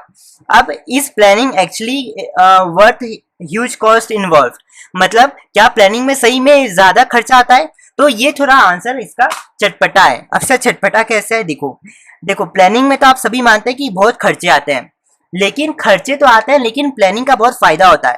ठीक है, तो ये जो क्वेश्चन है ना, इसमें क्या करना है आपको, लिखना तो है कि हाँ इस प्लानिंग मतलब इस planning actually worth huge cost involve. Planning में खर्चा तो जरूर आता है लेकिन इसके बहुत सारे बेनिफिट है। तो यहाँ पे आपको क्या करना है, इंपॉर्टेंस ऑफ प्लानिंग भी क्या करना है, एक्सप्लेन करना है। ठीक है। तो और मैं और एक चीज बता दूं कि अगर बच्चों 5 मार्क्स का आएगा ना, तो आपको क्या करना है, क्वेश्चन के मतलब मार्क्स के हिसाब से आपको आंसर लिखना है। तो देखो अगर इस planning actually worth huge cost involve, तो देखो यस से आपको 1 नंबर मिल गया और बेनिफिट, अब बच्चा कितना नंबर, 4 नंबर। तो बेनिफिट की आपने आपको प्लानिंग के 4 पॉइंट्स लिखना है। ठीक है, लॉजिकल है। Do you think planning can work in a changing environment? No, क्योंकि ये भी हम लोगों ने पढ़ लिया ये वाले पॉइंट में। सर बताइए कौन सा पॉइंट, ये वाले पॉइंट में, सेकंड वाले पॉइंट में, कि जरूरी नहीं है कि प्लानिंग हमेशा डायनेमिक एनवायरनमेंट में वर्क करी। तो वही है सेकंड, कौन सा है ये, सेकंड पॉइंट है। ठीक है, तो ये है सेकंड पॉइंट में आपको ये एक्सप्लेन करना है। अब ये 3 क्वेश्चन जो है ना, इसमें आपको पूरा आंसर एक्सप्लेन करना है, जो मैंने आपको पूरा लिमिटेशन बताया है। ठीक है, वो सारी चीजें आपको यहाँ पे एक्सप्लेन करनी है। Why organization are not always able to accomplish objective, क्यों ऑर्गेनाइजेशन हमेशा ऑब्जेक्टिव को पार नहीं लेती। Sometimes planning fails in spite of the best effort of the management, कभी कभी मैनेजमेंट बहुत एफर्ट लगाता है बट तभी प्लान फेल क्यों हो जाता है। ठीक है, तो आप इसमें भी आपको लिमिटेशन समझाना है। Through planning is an important tool of management, yes it is not a remedy for all the solution. Planning बहुत इंपॉर्टेंट टूल है एक मैनेजमेंट का, लेकिन तब भी वो हमें इतना प्रॉब्लम क्यों क्रिएट करता है। तो ठीक है, तो इसमें भी आपको लिमिटेशन एक्सप्लेन करना है। अब ये 4 नंबर में होगा 4 पॉइंट, 3 नंबर में होगा 3 पॉइंट। तो क्वेश्चन मार्क्स के हिसाब से आपको आंसर लिखना है। ठीक है, तो बच्चों आज के लिए इतना ही। अब मैं आप सभी से मिलता हूँ नेक्स्ट लेक्चर में। चलिए bye, enjoy, take care, cheers. Hello everyone. So आज का जो हमारा लेक्चर होगा वो होगा लिमिटेशन और इम्पोर्टेंस और फीचर से रिलेटेड जितने भी सारे केस स्टडी है, आज हम लोग वो सॉल्व करने वाले हैं। तो सबसे पहले तो केस स्टडी से पहले आपको ये सारी चीजें जो मैंने बताई थी ये सभी आपको अच्छे से पता होनी चाहिए। ठीक है, तो पिछली वाली लेक्चर्स आपको सब प्लेलिस्ट में मिल जाएगा, वहां जाके देख सकते हैं। ये सारी चीजें मैंने आप सभी के साथ एक्सप्लेन किया था। इसी के बेसिस पे बच्चों हम लोग केस स्टडी सॉल्व करेंगे। ठीक है, तो ये सारी चीजें मैंने आप सभी के साथ यहाँ तक शेयर किया था, ये भी। ठीक है, यहाँ तक सारी चीजें मैंने आप सभी के साथ शेयर करी थी और कुछ क्वेश्चंस भी किए थे। तो चलो आज हम लोग केस स्टडी सॉल्व करते हैं। ठीक है बच्चों, तो आज हम लोग ये वाला क्वेश्चन सॉल्व करेंगे जिसपे मैंने स्टार बनाया है। ठीक है, तो सबसे पहले मैंने आपको बताया था कभी भी केस स्टडी सॉल्व करने का सबसे पहला रूल क्या हमारा, क्वेश्चन जाना कि क्वेश्चन पूछ क्या रहा है। क्वेश्चन हमें पूछ रहा है विच लिमिटेशन ऑफ प्लानिंग, मतलब हमें लिमिटेशन ऑफ प्लानिंग से रिलेटेड ये क्वेश्चन है और ये बोल रहा है कि हमें आइडेंटिफाई करना है कि यहाँ पे कौन कौन से लिमिटेशन ऑफ प्लानिंग के पॉइंट है। ठीक है, 3 नंबर में मतलब हमें 3 पॉइंट्स को खोजना है। ठीक है, तो देखो सबसे पहले आपको मेरे साथ पढ़ते जाना है। Serious Business is a balloon manufacturing firm. Serious Business एक बलून मैन्युफैक्चरिंग फर्म है with the survival of the foreign firms. जैसी फॉरेन फर्म्स आई, it is feeling the pressure of improving its business strategy. तो जैसी बाहर की firms आने लगी तो एक तरीके से ये जो सीरियस बिजनेस है इसे एक तरीके से प्रेशर आने लगा अपनी बिजनेस स्ट्रेटेजी को बनाने के लिए या उसको इम्प्रूव करने के लिए। Because of the firms advance planning. ठीक है सर, यहाँ पे मार्क करो बच्चा आप सभी मेरे से। Because of firms advance planning it could not suddenly bring changes in its plan as the whole organization has start implementing the decided plan। ठीक है, ये पूरी लाइन को अगर मैं बताऊं तो ये पूरी लाइन, ठीक है, यहाँ पे आप सभी मेरे साथ मार्क कीजिए, मैं आपको इसका सारी बताऊंगा लेकिन अभी आप यहाँ तक मार्क कीजिए। ये अब इसके आगे कह रहा है कि जैसे फर्म ने एडवांस प्लानिंग कर ली और वो अपने प्लान को चेंजेस नहीं कर पा रहा है क्योंकि उसने पहले ही इम्प्लीमेंट द डिसाइडेड प्लान, क्योंकि उसने पहले ही अपने प्लान को इम्प्लीमेंट कर दिया। अपने सब डिपार्टमेंट्स और जितने भी सारे स्टेक होल्डर है बिजनेस के सबको उन्हें बता दिया। But the year the organization wants to ensure success, लेकिन ऑर्गेनाइजेशन को क्या चाहिए, सक्सेस चाहिए। However the firms knows that the external environment is changeable. ठीक है सर, हाउ एवर जैसी फर्म को पता चला कि हाँ भाई उनको भी पता है कि जो बाहर की दुनिया है वो बहुत चेंजेबल है और साथ ही साथ बहुत जल्दी जल्दी क्या होती है, चेंज होती है, फास्ट फास्ट चेंज होती है। The organization wants to prepare in advance for a better future. Organization को क्या करना है, पहले से ही अपना प्लान को प्रिपेयर करना है. It is decided to allocate a portion of its budget specifically for training planning as it which knows there are going to be expenses like expert fees survey exchanges. ठीक है, तो अब ये भी है. तो बच्चों अब आप यहाँ आपको क्या करना है, यहाँ पे 3 लिमिटेशन बताना है. तो आप यहाँ पे ध्यान से देखना. Because of the firms advance organization, firm ने पहले ही अपने सारे प्लान बना दिए. ठीक है, तो इससे रिलेटेड मैंने आप सभी को बताया था कि देखो इसमें ये आएगा प्लानिंग लीड्स टू रिजिडिटी, क्योंकि इसमें मैंने आपको समझाया था कि आप चेंज नहीं कर सकते, क्योंकि जितने भी प्लान हो पहले ही सारे डिपार्टमेंट्स और सभी को पहले ही बता दिया जाता है. ठीक है, तो सबसे फर्स्ट पॉइंट हम लोग चेक करते हैं, प्लानिंग लीड्स टू रिजिडिटी. देखो आ गया. ठीक है, अब सेकेंड पॉइंट है, the firm knows the external environment is changeable and continues to vary in the fast manner. देखो जो एक्सटर्नल एनवायरनमेंट है वो बार बार कंटिन्यूस चेंज, और वो बार बार चेंज होता है. ठीक है, तो प्लानिंग में not work in dynamic environment. ये होगा आपका सेकंड पॉइंट आ गया. देखो अब प्लानिंग करने से बहुत सारे एक्सपेंसेस आते हैं. मैंने ये भी आपको बताया था कि प्लानिंग इन्वॉल्व्स ह्यूज कॉस्ट, क्योंकि प्लानिंग में बहुत सारे खर्चे, कॉस्ट मतलब एक्सपेंसेस आते हैं. ठीक है, तो ये भी हो गया थर्ड पॉइंट. ठीक है, तो अब दूसरा क्वेश्चन पढ़ते हैं हम लोग. सो बच्चों अब है हमारे पास ये वाला क्वेश्चन जिसमें मैंने अभी स्टार बनाया है. हम करेंगे क्वेश्चन नंबर 7. तो सबसे पहले आपका रूल क्या है, देखो सबसे पहले आपको फीचर बताना है. क्वेश्चन देखना सबसे पहले फीचर, और इसके आगे देखो आपको 2 मार्क्स दिया है. मतलब आपको यहाँ इस पैराग्राफ में से 2 फीचर्स ऑफ प्लानिंग खोजना है, और विच लिमिटेशन ऑफ प्लानिंग, मतलब इस पैराग्राफ में आपको 2 लिमिटेशन भी बताना है. ठीक है, तो ये बहुत यम्मी क्वेश्चन था बच्चों, बहुत ही टेस्टी है. मुझे तो बहुत मन कर रहा है इस केस स्टडी सॉल्व करने का. तो चलो डिस्कस करते हैं. तो सबसे पहले तो आपको फीचर्स और लिमिटेशन अच्छे से याद होना चाहिए. ठीक है, तो अब है देखो, Sukumar is an energetic middle level manager. मतलब सुकुमार क्या है, बहुत एनर्जेटिक बंदा है, मिडिल लेवल मैनेजर है, और ये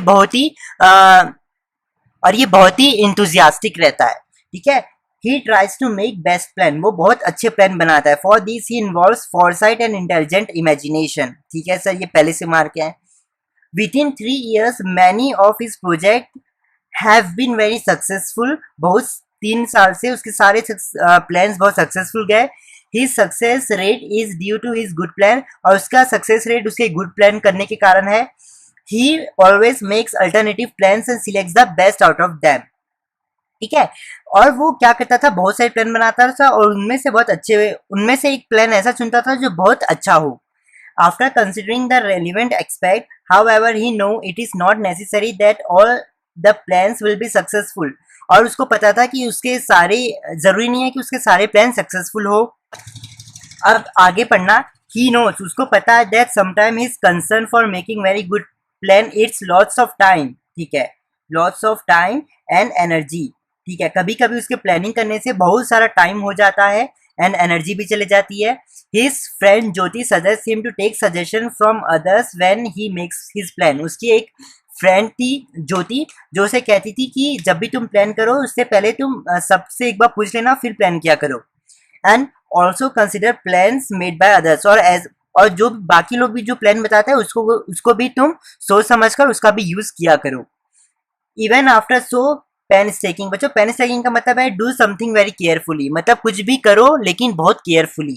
ठीक है, even after so much pain staking मतलब शिव कुमार क्या करता था, वो इतने मेहनत से पूरा प्लान करता सोच समझ के, तभी शिव कुमार को पता चला that his plan can yet fail in the uncertainty business environment.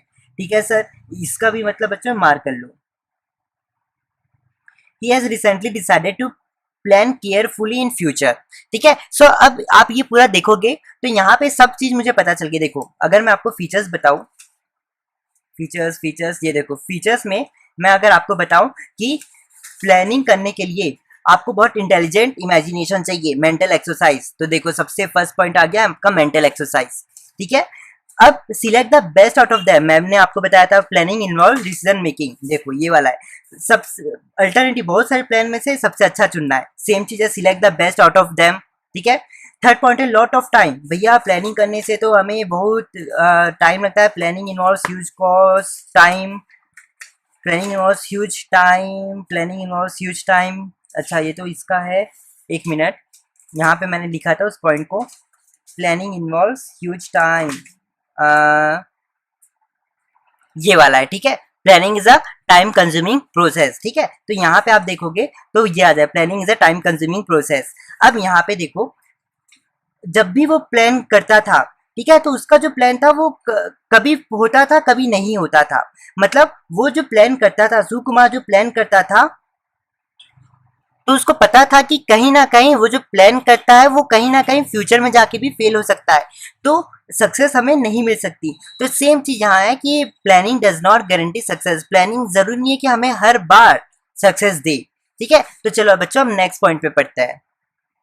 सो बच्चों हम करते हैं ये वाला क्वेश्चन, क्वेश्चन नंबर 18। अब देखते हैं सबसे पहले इसका क्या क्वेश्चन पूछा है। सबसे पहले इसने क्वेश्चन में हमें पूछा है कि विच लिमिटेशन ऑफ प्लानिंग, मतलब इस पैराग्राफ में आपको लिमिटेशन भी बताना है, साथ ही साथ आपको क्या करना है, फीचर्स भी बताना है प्लानिंग के और इंपॉर्टेंस भी बताना है।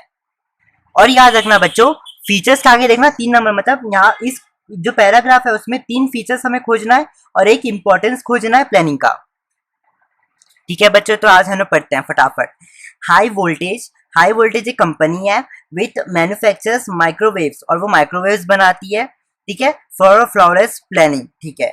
How ever the top management of a company, top management of the company accepts that some of its plans have failed in the past as outside business environment is unpredictable and dynamic, ठीक है। आपने ये mark कर लिया, ठीक है। बस करते जाना है बच्चों, आपको बस अच्छे से क्या करना है, याद करना है जितने भी आपको लिमिटेशन, वो पॉइंट्स अगर आपको अच्छे से याद है, केस स्टडी तो फिर छिल्लू है, ठीक है।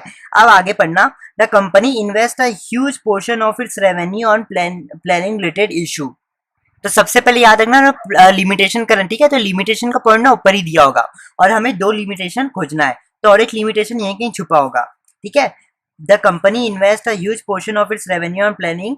Recently newspaper the company was blamed for preventing its employees from doing new things due to due to the plans which are decided by the top management. मतलब ये कह रहा है कि एम्प्लॉयज को कुछ भी नया चीज करने नहीं दिया जाता, क्योंकि जो भी प्लान रहता है वो टॉप मैनेजमेंट डिसाइड करता है, ठीक है। अब आगे देखना कि बच्चों, अब तो पहले देखो 2 मार्क्स का था लिमिटेशन, अब 2 लिमिटेशन खत्म हो गया है। अब क्वेश्चन ने हमें कहा है कि तुम्हें 3 फीचर भी खोजना है, तो 3 फीचर इसके नीचे दिया होगा, ठीक है। तो चलो आप आगे पढ़ते हैं। अब हमें क्या करना है बच्चों, फीचर्स ढूंढना है, ठीक है। फीचर्स 3, अब फीचर 3 यहाँ पे छुपा होगा। देखो, Rakesh a middle level manager in the company in a seminar said that planning aspect of a company should be dealt cautiously. मतलब ये एक राजेश था जो मिडिल लेवल मैनेजमेंट था, उसने कहा कि हमें प्लानिंग बहुत सोच समझ कर करना चाहिए। There should be a specific goal, यहाँ मार्क करना, there should be a specific goals and activities to reach this goal should also be properly executed, और जो भी स्पेसिफिक प्लान बनाया उससे अच्छे से एग्जीक्यूट होना भी चाहिए। Company has many serious competitors in the market, company के बहुत सारे कॉम्पिटिटर्स हैं। Even they unanimously agree that without planning no other functions of management can exist, ठीक है बच्चों, ये भी मार्क करो। प्लानिंग के सिवाय और कोई फंक्शंस हम नहीं कर सकते, and it's the basic platform on which the other structure of management is laid, ठीक है। और ये ऐसा प्लानिंग एक ऐसा प्लेटफॉर्म है जिसके बेस पे बाकी पूरा मैनेजमेंट का स्ट्रक्चर बनता है। When it comes to follow up action it becomes very important to know the standard. The success of a plan can only be checked when it knows how the set target has been met, because it is the stage of planning the targets are set। बच्चों ये question ये कह रहा है कि अगर success एक plan में चाहिए तो हमें क्या करना चाहिए, हमें बच्चों अगर अगर हम प्लानिंग करते हैं तो साथ ही साथ हमें क्या करना चाहिए, कुछ स्टैंडर्ड्स भी रखना चाहिए, हमें स्टैंडर्ड्स के बारे में पता चलना चाहिए। The success of a plan can only be checked when is know how much of the set target, क्योंकि हम सक्सेस का तभी चेक कर सकते हैं जब हमें हमारे पास स्टैंडर्ड हो। It is the stage of a planning this targets are set, ठीक है। It is not about the past, it is for coming time and the challenges that a company formulates a plan। Rajesh knows this well, he uses his intelligent imagination। आप सभी ने पिछली वाली case study में भी देखा होगा, तो आप समझ गए होंगे कि ये फीचर का पॉइंट है, विच फॉर्मुलेटिंग द प्लान्स, ठीक है बच्चों। तो ये फीचर का भी अब एक पॉइंट है इंपॉर्टेंस का। अब यहाँ पे आप देखना कि एक इंपॉर्टेंस का एक हमारे पास पॉइंट होता है टू इट इंश्योर्स स्टैंडर्ड करके, ठीक है, जो कि यहाँ पे स्टैंडर्ड करके दिया था। ठीक है, हमेशा जरूरी नहीं है कि हमेशा जो क्वेश्चन दिया उसके हिसाब से चले, कभी कभी थोड़ा बहुत चेंजेस कर देता है। ठीक है, लेकिन आपको पता होना चाहिए कि दो अगर लिमिटेशन पूछा है तो हम दो लिमिटेशन का बताएंगे, तीन हमें इसका पूछा इंपॉर्टेंस का, तो एक दो तीन हमें इंपॉर्टेंस मिल गया और एक हमें इंपॉर्टेंस का एक पॉइंट। ठीक है, तो अगर मैं आपको इसका सॉल्यूशन दिखाऊं तो देखो, सबसे पहले तो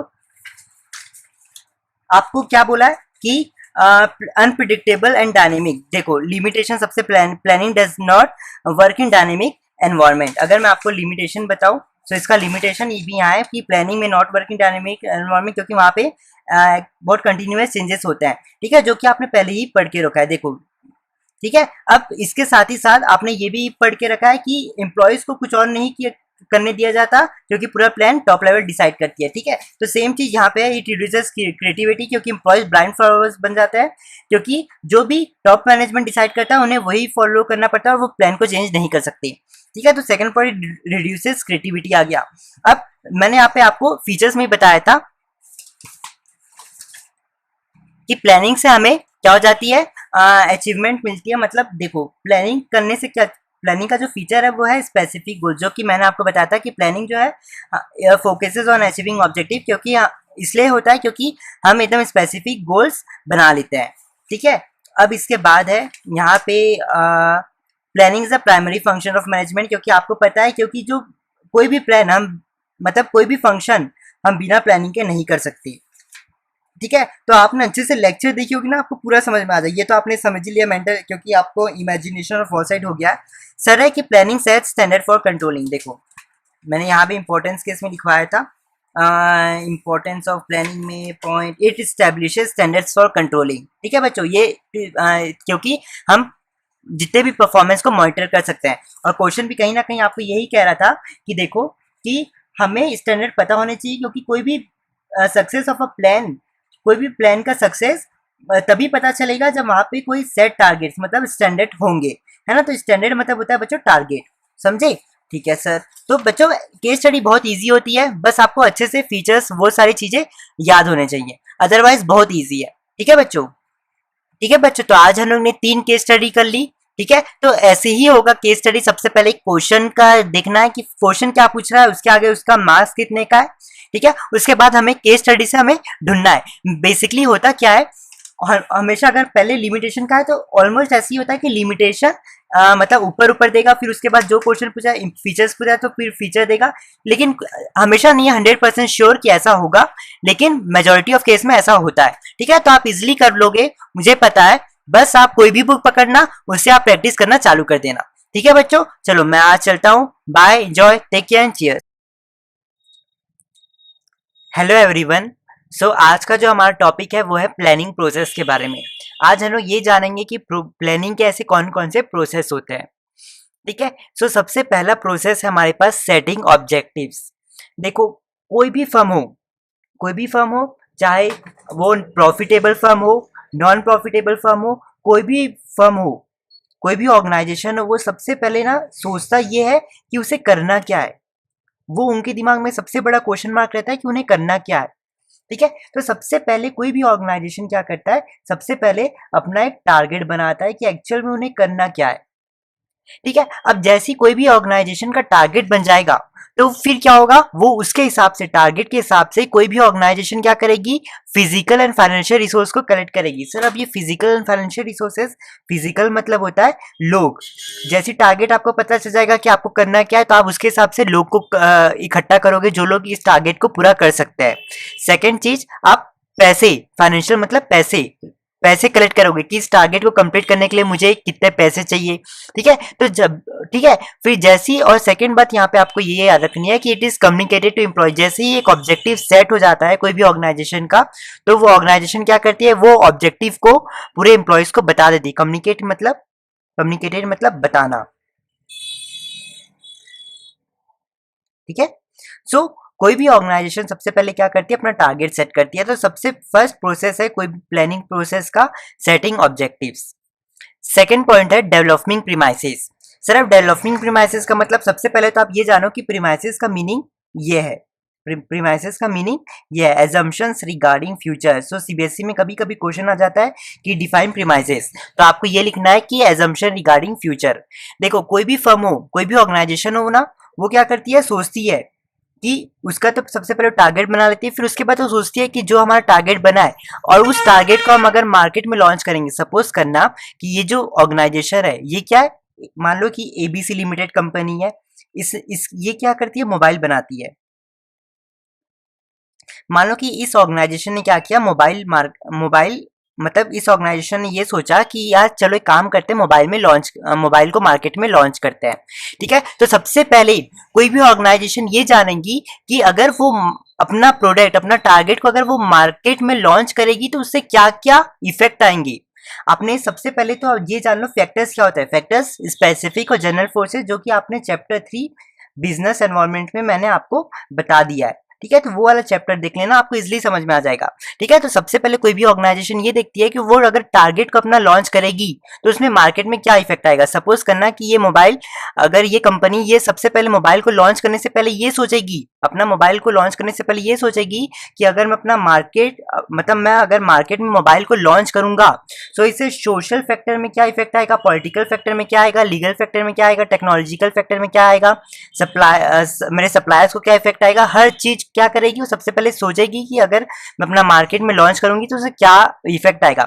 मान लो कि ऐसा भी हो सकता है कि अगर मान लो कि कंपनी प्लानिंग करते समय कंपनी सोचती है कि अगर वो मार्केट में लॉन्च कर देगी तो सोशल फैक्टर में, मतलब मान लो कि आपने इस मोबाइल का नाम इस तरीके से रखा कि इसका नाम एक ऐसा रखा जो हमारे इंडिया में उसका मतलब गलत होता है। तो मान लो कि अगर इस मोबाइल, तो सबसे पहले कंपनी ये सोचेगी कि अगर मैं अपना मोबाइल को लॉन्च कर रहा हूँ तो इससे सोशल फैक्टर में क्या आएगा, क्या अगर इससे मान लो कि अपना नाम ही मैं ऐसा रख दिया जो इंडियन लैंग्वेज में जिसका गलत मतलब है, तो इससे आप समझ लो कि कोई भी लोग या फिर फैक्ट्री में या जो भी मोबाइल मैन्युफैक्चरिंग फर्म है तो उसमें क्या इफेक्ट आएगा।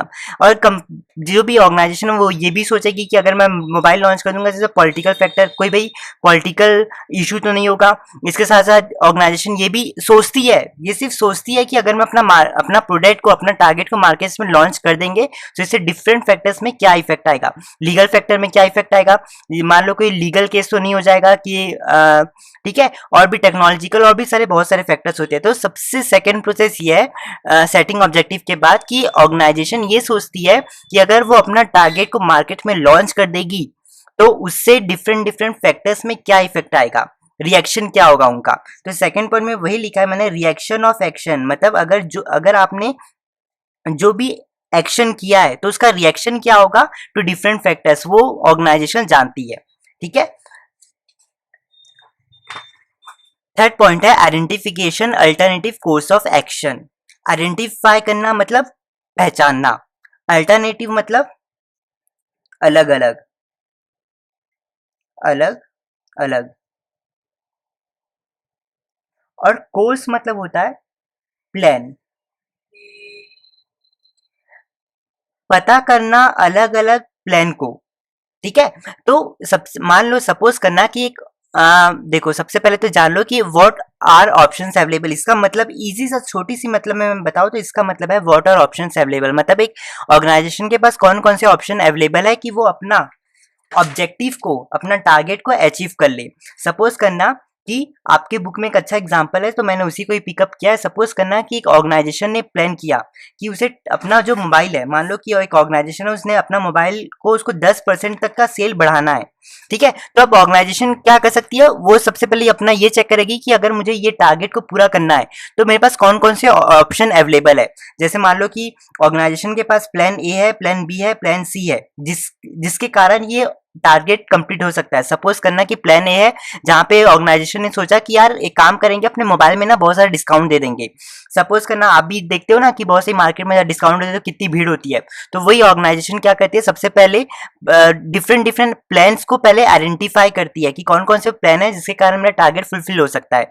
वो क्या कर सकती है, पहले प्लान ए में देख सकती है कि जैसे प्लान ए वो बना सकती है कि वो ज़्यादा से ज़्यादा डिस्काउंट है जिसके कारण लोग आके खरीदेंगे और सेल भी बढ़ जाएगा।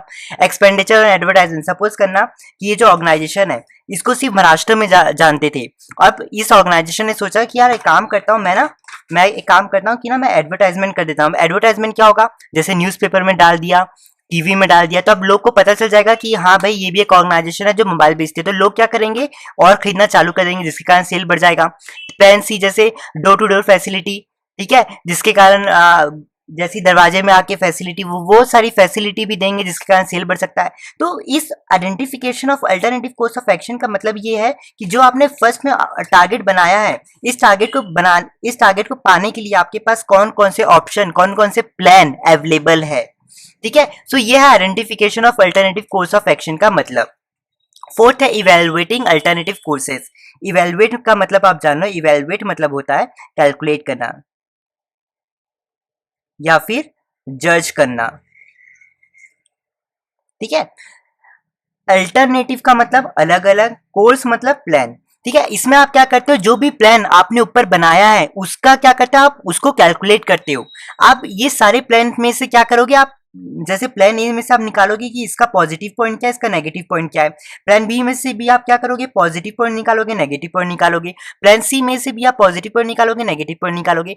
मतलब इस प्रोसेस में आप क्या करते हो, जो भी प्लान आपने ऊपर बनाया है उसे आप देखते हो कि इन सारे प्लान में से अच्छे इस प्लान को अगर अप्लाई करेंगे, इस प्लान को यूज करेंगे तो इसके पॉजिटिव पॉइंट्स क्या होंगे, इसके नेगेटिव पॉइंट्स क्या होंगे। प्लान बी को इस्तेमाल करेंगे तो इससे फायदा हमें क्या होगा, कितना नुकसान होगा। प्लान सी से हमें क्या फायदा होगा, क्या नुकसान होगा। तो एक ऑर्गेनाइजेशन क्या करती है, इसमें इवेलुएट करती है और कैलकुलेट करती है कि भाई हाँ, अगर प्लान ए यूज करेंगे तो हमारे इससे हमें 5 फायदे होंगे, लेकिन इससे हमें 1 घाटा हो जाएगा, ठीक है। प्लान बी को अगर इस्तेमाल करेंगे तो इससे हमें मान लो कि 3 फायदे हो जाएंगे, ठीक है, और 3 घाटे हो जाएंगे। मान लो कि प्लान सी इस्तेमाल किया, अगर प्लान सी इस्तेमाल करेंगे, ऑर्गेनाइजेशन सोचती है कि अगर प्लान सी, वो कैलकुलेट करती है कि अगर प्लान सी इस्तेमाल करेंगे तो इससे हमें 2 फायदे हो जाएंगे, 1 नुकसान हो जाएगा, ठीक है। तो वो क्या करती है, इवेलुएट, कैलकुलेट करती है, ठीक है। इवेल्युएटिंग अल्टरनेटिव कोर्सेज का ये मतलब है, ठीक है। अब यहाँ पे आप मेरे साथ एक सितारा बना के एक बात लिख लो कि दिस प्रिंसिपल, मतलब दिस प्रिंसिपल नहीं कहेंगे, this step follows science not rule of thumb. ये जो पॉइंट है ना, ये science not rule of thumb को फॉलो करता है, सो ये 1 मार्क्स में आ सकता है, जो कि चैप्टर 2 में आपने पढ़ के रखा है। अब नेक्स्ट पॉइंट है हमारे पास selecting an alternative.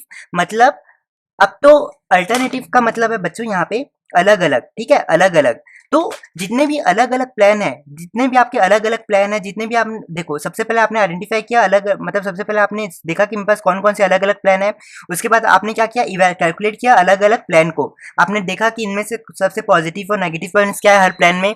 Third point का मतलब है सिलेक्टिंग अल्टरनेटिव, मतलब ऐसा प्लान सिलेक्ट करो जो सबसे प्रॉफिटेबल हो, ठीक है। बेस्ट अल्टरनेटिव इज सिलेक्टेड, मतलब ऐसा प्लान इस्तेमाल करो जो कि बहुत प्रॉफिटेबल हो। तो ऑर्गेनाइजेशन क्या करती है, वो ऐसा प्लान यूज करती है, ऐसा प्लान सिलेक्ट करती है जिसमें सबसे ज्यादा मैक्सिमम हो, मैक्सिमम प्रॉफिट हो और मिनिमम लॉस हो। अगर मैं आपको बोलूं कि अगर ये पिछला वाला पॉइंट्स में, तो आप मुझे बताओ कि ऑर्गेनाइजेशन को कौन सा प्लान यूज करना चाहिए, तो आप सभी बोलेंगे कि सर ऑर्गेनाइजेशन को ना प्लान ए यूज करना चाहिए क्योंकि प्लान ए में सबसे ज्यादा फायदा है और कम नुकसान है, ठीक है। तो सेम चीज लिखा है कि मैक्सिमम फायदा होना चाहिए, मैक्सिमम फायदा होना चाहिए और मिनिमम लॉस होना चाहिए। तो हर ऑर्गेनाइजेशन एक ऐसा प्लान यूज करती है जिसमें एक ऑर्गेनाइजेशन का मैक्सिमम फायदा हो और मिनिमम लॉस हो, ठीक है। तो ऑर्गेनाइजेशन क्या करेगी, अगर मैं एग्जांपल के तौर से जाऊं तो ऑर्गेनाइजेशन प्लान ए को चूज करेगी क्योंकि उसमें सबसे ज्यादा पॉजिटिव पॉइंट है, सबसे कम मिनिमम पॉइंट है, ठीक है। अब 6 पॉइंट है इंप्लीमेंटिंग द प्लान। अब जो आपने सोचा है उसे आपको रियल लाइफ में अपनाना है, अमल में लाना है। तो इम्प्लीमेंट का मतलब होता है पुट इनटू एक्शन, ठीक है। यहाँ पे मैंने लिखा है कि putting plan into action. Implement का मतलब है जो चीज आपने सोची है उसे आपको अस्तित्व में लाना है, ठीक है। तो इम्प्लीमेंटिंग द प्लान का मतलब ये है। अब जैसे ही आप इम्प्लीमेंट कर देते हो ना, तो वो प्लान आप क्या कर देते हो, एक बार वापस अपने एम्प्लॉयज को बता बता देते हो, बता देते हो, ठीक है। अब नेक्स्ट पॉइंट है हमारे पास फॉलो अप एक्शन। अब देखो, हर आपने एक फीचर पढ़ा है प्लानिंग का कि planning is a continuous process, ठीक है। तो ये जो कैरेक्टरिस्टिक है ना, अब यहाँ पे इसका यूज होगा। देखो, ये पॉइंट ये कहता है कि अगर आपने प्लान कर दिया और आपने उसे इम्प्लीमेंट भी कर दिया, तब भी कोई भी मैनेजर का काम वहीं पे खत्म नहीं होता। मतलब अगर आपने सोचा कि अरे यार मैंने तो प्लान भी बना दिया, मैंने तो इम्प्लीमेंट भी कर दिया, मेरा काम खत्म, लेकिन ऐसा नहीं होता बिजनेस में। जब आप प्लान करते हैं ना, तो उसके बाद भी, और आप उसको इम्प्लीमेंट करते हो तब भी, उसके बाद भी आपकी ड्यूटी है कि आपको अपना प्लान को क्या करना है, मॉनिटर करना है। मतलब आप जानते हो क्लास मॉनिटर क्या करता है, वो आपकी सारी हरकतों को चेक करता है। तो सेम चीज क्या करना है, मॉनिटर का मतलब होता है चेक करना। तो आपको क्या करना है, जैसे आपने इम्प्लीमेंट कर दिया प्लान को, आपको क्या करना है, उस प्लान को चेक करना है, to see implemented, to see plan implemented. मतलब जो प्लान आपने इम्प्लीमेंट किया है ऊपर वाले स्टेज में, क्या वो करेक्ट है कि नहीं है, ठीक है। मतलब मान लो कि ये आपने क्या किया, आपका टारगेट था सेल को करने का, तो आज सेल को करने के लिए आपने प्लान ए चुना। अब ए चुन के उसको क्या कर दिया, सिलेक्ट कर दिया, उसको इम्प्लीमेंट कर दिया।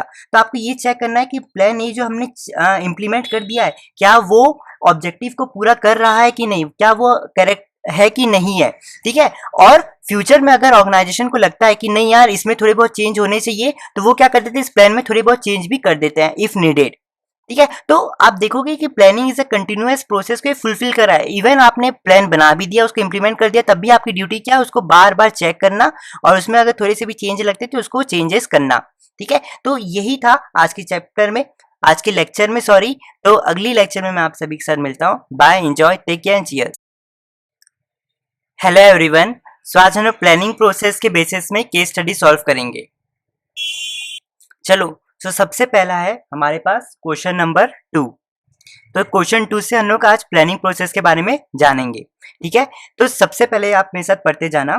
सबसे पहले तो आपको क्या करना है, देखना है 4 नंबर का है, ओके डन, ठीक है। इसके बाद question question helps in, okay, it wants you help, यहाँ से क्वेश्चन पढ़ना, ठीक है।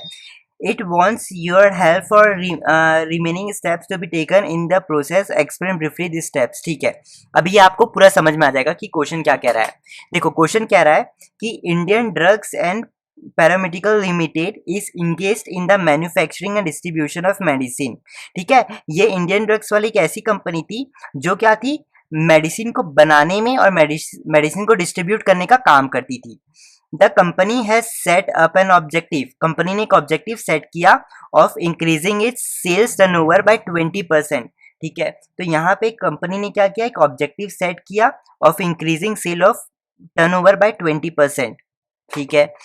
टू अचीव दिस ऑब्जेक्टिव, इस ऑब्जेक्टिव को पाने के लिए the company has decided to diversify into baby health care product. अब ये डाइवर्सिफाई का क्या मतलब होता है, देखो, डाइवर्सिफाई का मतलब होता है कि मान लो कि अगर आपकी बिजनेस सिर्फ मोबाइल बनाती है, और आपके बिजनेस ने सोचा कि यार एक काम क्यों नहीं करते हैं, अब फ्रिज भी बनाना चालू कर देते हैं, तो मैं कहूंगा कि वो बिजनेस क्या कर रहा है, अपनी बिजनेस एक्टिविटी को डाइवर्सिफाई कर रहा है, ठीक है। तो ये चैप्टर 5 का है, ऑर्गेनाइजेशन वाले का, ऑर्गेनाइजिंग चैप्टर का है। इसमें जब भी नहीं करना, डाइवर्सिफाई का मतलब होता है अपना बिजनेस को और बढ़ाना, ठीक है। इजी भाषा में ये है, डाइवर्सिफाई का मतलब अपना बिजनेस को बढ़ाना, ठीक है। टू अचीव दिस ऑब्जेक्ट, तो कंपनी ने वही सोचा कि सेल्स को बढ़ाने के लिए कंपनी ने सोचा कि काम करते हैं, अपना ना बिजनेस को बढ़ा देते हैं, जिसके कारण अपना जो सेल का टारगेट है वो भी बढ़ जाएगा। तो यही लिखा है, to achieve this objective the company has decided to diversify, बढ़ा देते हैं, into the baby health care product, मतलब अपने बिजनेस को बढ़ा देते हैं और बेबी हेल्थ केयर प्रोडक्ट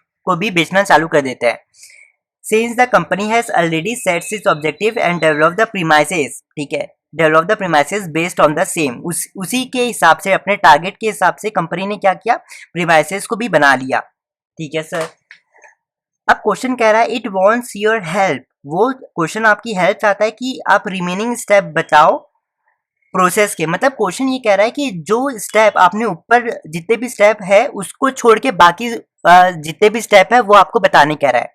देखो ये ऑब्जेक्टिव ऑफ इंक्रीजिंग का अगर मैं आपको बताऊं तो ये जो सबसे फर्स्ट है हम लोग ने पढ़ा सेटिंग ऑब्जेक्टिव, तो ये आपको लग नहीं रहा है कि ये ऑब्जेक्टिव वो वाले स्टेप की बात कर रहा है ना। तो सबसे पहला है ऑब्जेक्टिव। अब सेकंड है डेवलपिंग प्रीमाइसेस। देखो डेवलपिंग प्रीमाइसेस का ये अलग से ही समझ में आ रहा है, इसका वर्ड से ही समझ में आ रहा है। तो क्वेश्चन कह रहा है कि ये दो को छोड़ के इसके बाकी के रिमेनिंग स्टेप आपको बताना है, मतलब ये selecting an alternative, implementing the plan, follow up the action. तो देखो सबसे पहला है आइडेंटिफिकेशन अल्टरनेटिव ऑफ, देखो मतलब इस प्लान को छोड़ के, मतलब जो फर्स्ट के दो प्रोसेस को छोड़ के क्वेश्चन कह रहा है आपको बाकी स्टेप बताना है। मतलब क्वेश्चन ये कह रहा है कि अब जो पैराग्राफ में दो प्रोसेस दिया उसको छोड़ के आपको बाकी के प्रोसेस बताना है। तो वही है यहाँ पे पहला और दूसरा तो क्वेश्चन पैराग्राफ में बता दिया है, उसको छोड़ के आपको क्या करना है बाकी बताना है। तो देखो आइडेंटिफिकेशन, इवेल्युएटिंग, सिलेक्टिंग और इम्प्लीमेंटिंग द प्लान। और क्या implementing the, selecting alternative, implementing the plan. ठीक है, अब आखिरी में है फॉलो अप द एक्शन। लेकिन आपको याद रखना है कि क्वेश्चन ने तो आपको दे दिया लेकिन ये 4 नंबर का है, तो आप क्या करेंगे 4 ही पॉइंट्स लिखेंगे। ठीक है, ये तो हो गया। अब बच्चों एक काम करते हैं, इसके ऊपर वाला भी जो क्वेश्चन है उसे भी हम लोग सॉल्व कर लेते हैं। ठीक है, सो अभी क्वेश्चन सॉल्व करें। होपफुली आपने तो पहले ही देख लिया होगा है ना कि मैं इस क्वेश्चन नंबर 2 पहले बताया, तो लेकिन कोई नहीं, चलो सॉल्व कर लेते हैं। ठीक है, तो सबसे पहले आपको क्या करना है, मार्क्स देखना है, 5 मार्क्स का है। लेकिन मैं इसको अभी आप काट के इसको 4 मार्क्स का कर दो, मैं आपको इसका रीजन बाद में बताऊंगा। देखो सबसे पहला हम लोग को ये क्वेश्चन पूछ रहा है कि identify the steps of planning process, मतलब सबसे पहले आपका क्या है, मार्क्स देखना है, उसके बाद आपको क्वेश्चन देखना है कि कितने मार्क्स का है। ठीक है, तो इस पैराग्राफ में हमको क्या करना है, प्लानिंग के प्रोसेस बताना है। तब लाइन बाय लाइन सारी चीजें पढ़ेंगे। अ शू मैन्युफैक्चरिंग कंपनी, एक शू मैन्युफैक्चरिंग कंपनी है, wants to become a market leader, मतलब वो चाहती है कि वो पूरे हर जगह अपना प्रोडक्ट बेचे। For this a detail planning is required, लेकिन इसके लिए कंपनी को क्या चाहिए, बहुत अच्छी प्लानिंग चाहिए। The first step taken by the firm is to set targets. ठीक है, सबसे पहला जो काम किया फर्म ने वो क्या किया, टारगेट सेट किया। For 3 months duration for selling maximum number of shoes in the market which they set as the, ठीक है, तो उन्होंने ये टारगेट सेट करके ये कहा कि उन्होंने कहा कि हम लोग मैक्सिमम क्या करेंगे, ज्यादा से ज्यादा सेल करेंगे अराउंड 2,50,000 तक की। अब क्वेश्चन आगे कह रहा है the team doesn't want to make any mistake, वो टीम जो कंपनी है वो चाहती है कि वो कोई मिस्टेक करना नहीं चाहती है। So they decided to do proper planning, तो उन्होंने क्या किया, प्रॉपर प्लानिंग करना चालू कर दिया। They decided to chalk out alternative plan so that they can arrive at the best possible plan. अब यहाँ पे आपको क्या करना है, हमेशा इसमें मार्क करना है। They chalk out, chalk out का मतलब है, they decide to chalk out का मतलब है, चॉक मतलब है निकालना। ठीक है, तो उन्होंने क्या किया, बहुत सारे प्लान्स को निकाला, आइडेंटिफाई किया, आइडेंटिफाई अल्टरनेटिव प्लान, जिसके कारण वो बहुत सारे प्लान निकालेंगे। तो क्वेश्चन कह रहा है कि उन्होंने ये डिसाइड किया कि बहुत सारे प्लान को आइडेंटिफाई करते हैं और उनमें से बेस्ट पॉसिबल प्लान को चुनते हैं। ठीक है, how ever the team is surrounded with doubts, फिर टीम को क्या लगा, डाउट लगने लग गया, क्योंकि उन्होंने बहुत सारा प्लान निकाल लिया था और बहुत सारा प्लान था, तो टीम को कहीं ना कहीं पे डाउट लग रहा था कि यार इनमें से कौन सा चुनना है। ठीक है, तो टू रिमूव द डाउट, उस डाउट को रिमूव करने से it goes for judging the plan, तो कंपनी ने सोचा कि यार एक काम करते हैं, इतने सारे तो प्लान है, इनमें से क्या करते हैं, जज करते हैं। जज मतलब होता है इवेलुएट करना या फिर कैलकुलेट करना। ठीक है, judging the plans to get the most profitable one, कि हम लोग क्या करते हैं, बहुत सारे प्लान में से हर प्लान को अच्छे से जज करते हैं, जिससे हम ये पता चल जाए कि कौन सा प्लान सबसे प्रॉफिटेबल होगा। The plan is taken for the whole organization and the concerned person. ठीक है, the plan is taken to the whole organization and is the concern, उस प्लान को हर व्यक्ति को बता दिया गया। ठीक है, तो यहाँ पे एक काम करो यार, इसे 5 ही रहने दो क्योंकि मेरे को समझ में आ गया कि कहाँ मिस्टेक हो गई थी। ठीक है, तो द प्लान इज टेकन मतलब वो प्लान को हर पर्सन को बता दिया, कम्युनिकेट कर दिया गया। अल्टीमेटली पुट इनटू एक्शन, और उस प्लान को हम लोग ने इम्प्लीमेंट कर दिया। तो यहाँ पे आप देखोगे तो सबसे पहले तो अगर मैं आपको बताऊं तो आपको यहाँ पे सेट ऑफ टारगेट, तो सेट टारगेट का मतलब है ऑब्जेक्टिव को सेट करना, ठीक है। तो कंपनी ने सबसे पहले यही किया, ऑब्जेक्टिव सेट किया। तो यहाँ पे देखो सबसे पहला पॉइंट आएगा सेटिंग ऑब्जेक्टिव, लेकिन इस क्वेश्चन में थोड़ी सी मिस्टेक है, वो मैं आपको थोड़ी देर बाद बताता हूँ, ठीक है। They decided to chalk out alternative plan, मतलब कंपनी ने सोचा कि यार एक काम करते हैं, बहुत सारे प्लान को पहले आइडेंटिफाई करते हैं, ठीक है। तो कंपनी ने क्या किया, identify alternative course of action, देखो अल्टरनेटिव कोर्स ऑफ एक्शन। फिर कंपनी ने सोचा कि यार जो सबसे अच्छा प्लान है उसको क्या कर दो, मतलब उसको इवेलुएट करो, उसको जज करो, जिससे हम ये पता लगाए कि सबसे अच्छा प्लान कौन सा है, ठीक है। तो जज the plan to get the most, देखो evaluating the different course of action, ठीक है। अब फोर्थ पॉइंट है द कंसर्न मतलब द कंसर्न, मतलब वो जो प्लान था वो क्या हो गया, पूरे एम्प्लॉयज और पर्सन को बता दिया गया, ठीक है। तो यहाँ पे आप देखोगे ये पॉइंट से लेकर ये पॉइंट पुट इनटू एक्शन, तो यहाँ पे आप देखोगे कि मैंने आपको पहले ही बताया था कि इम्प्लीमेंटिंग द प्लान मतलब है उस प्लान को हम लोग को इम्प्लीमेंट करना है। तो ये जो पूरी लाइन है इट इज कंसर्न पर्सन, उस पॉइंट, और वो मतलब वो प्लान को क्या कर दिया गया, एक्शन में, मतलब सभी लोग को बता भी दिया गया। तो ये जो पॉइंट है यहाँ से लेकर यहाँ तक कहीं ना कहीं आपको इम्प्लीमेंटिंग द प्लान करके शो कर रहा है, ठीक है। लेकिन क्वेश्चन में क्या किया, ये एकदम लास्ट पॉइंट में दिया है क्वेश्चन ने, और एक पॉइंट यहाँ पे कर दिया था बेस्ट प्लान इज फाइनलाइज्ड, लेकिन मुझे ये समझ में लॉजिक नहीं आ रहा है कि इन्होंने किया क्यों है, क्योंकि एक लाइन में कभी भी दो चीज नहीं, एक लाइन से हम लोग कभी भी दो केस स्टडी नहीं कर सकते। तो इसलिए मैं क्या कर रहा था, सोच रहा था कि इसको फोन नंबर का कर दूं करके। मेरे ख्याल से ना ये जो पॉइंट है ये थोड़ा एक्स्ट्रा दे दिया जो देना नहीं चाहिए था उसे, क्योंकि कभी भी मतलब अगर आप देखोगे तो यहाँ पे to select the most profitable one, ठीक है, to get the most possible, तो यहाँ से भी ऐसे निकाल सकता था, लेकिन एक सेंटेंस में कभी भी दो वो नहीं आते, इसलिए मैंने यहाँ पे ये 4 नंबर का कर दिया, ठीक है। तो आपको क्या है करना है, सबसे पहले अच्छे से याद करना है, अच्छे से वीडियो देखना है, समझना है, उसके बाद केस स्टडी आप पढ़ोगे ना पूरा अपने आप मार्क भी करते जाना, अपने आप आपको सारी चीजें समझ भी आती जाएगी, ठीक है। अब एक लास्ट केस स्टडी हम लोग और एक बार सॉल्व कर लेते हैं, ठीक है। अब ये एक काम करते हैं, ये 12th वाला जो क्वेश्चन है ना बच्चों, इसको एक बार हम लोग पढ़ लेते हैं, ठीक है। देखो सबसे पहले आपको 1 मार्क्स का मतलब एक ही आएगा, ठीक है, एक ही आंसर इसका आएगा। Which step of planning process, मतलब हमें इसका प्लानिंग प्रोसेस से टॉपिक आ गया, इसको हमें पता चल गया। Will be involve by Dheeraj from the starting of July, मतलब जुलाई के स्टार्टिंग से धीरज ने ऐसा कौन सा प्लानिंग का प्रोसेस इस पैराग्राफ में बताया है, ठीक है। तो सबसे पहले मार्क्स पढ़े, क्वेश्चन पढ़े, अब पैसेज में आते हैं। अब हमें पता है कि हमें प्लानिंग प्रोसेस के बारे में खोजना है, तो हम उसमें दिमाग लगाएंगे, ठीक है। सो देखो Dheeraj is a very hard working manager, Dheeraj बहुत हार्ड वर्किंग मैनेजर है, वो बहुत मेहनत करता है। After working for the implementation of his well choked out plan, मतलब ये यहाँ से यहाँ तक ये कह रहा है कि जो धीरज है उसने क्या किया, अब अच्छे से सारे प्लान को सोचा, उनमें से बहुत अच्छा प्लान निकाला, उस प्लान को इम्प्लीमेंट कर दिया।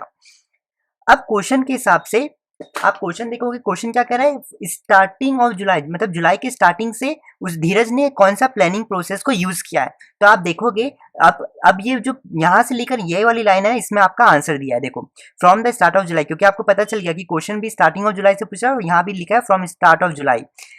धीरज decides to see in what ways and up to what accuracy has his plan been implemented, मतलब धीरज ये चाहता है कि उसने जो प्लान को जज किया है, उस प्लान को जिसने इम्प्लीमेंट किया है, अब वो ये चाहता है कि वो प्लान को देखना चाहता है कि वो एक्चुअल में करेक्टली इम्प्लीमेंट हुआ है या नहीं है।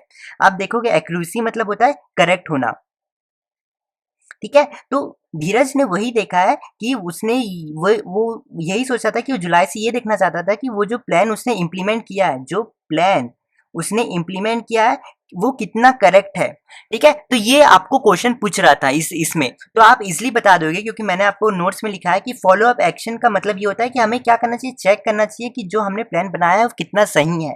तो आप कहीं ना कहीं देखोगे तो इसका जो आंसर होगा वो होगा फॉलो अप एक्शन, लेकिन आपको एनसीईआरटी का लिखना है पॉइंट, इसलिए यहाँ पे आएगा फॉलो अप एक्शन, ठीक है। आपको एनसीईआरटी के पॉइंट्स लिखना है, भले ही गाइड में कुछ भी पॉइंट दिया हो, इसलिए यहाँ पे मैंने इसे काट के फॉलो अप एक्शन लिखा है, ठीक है।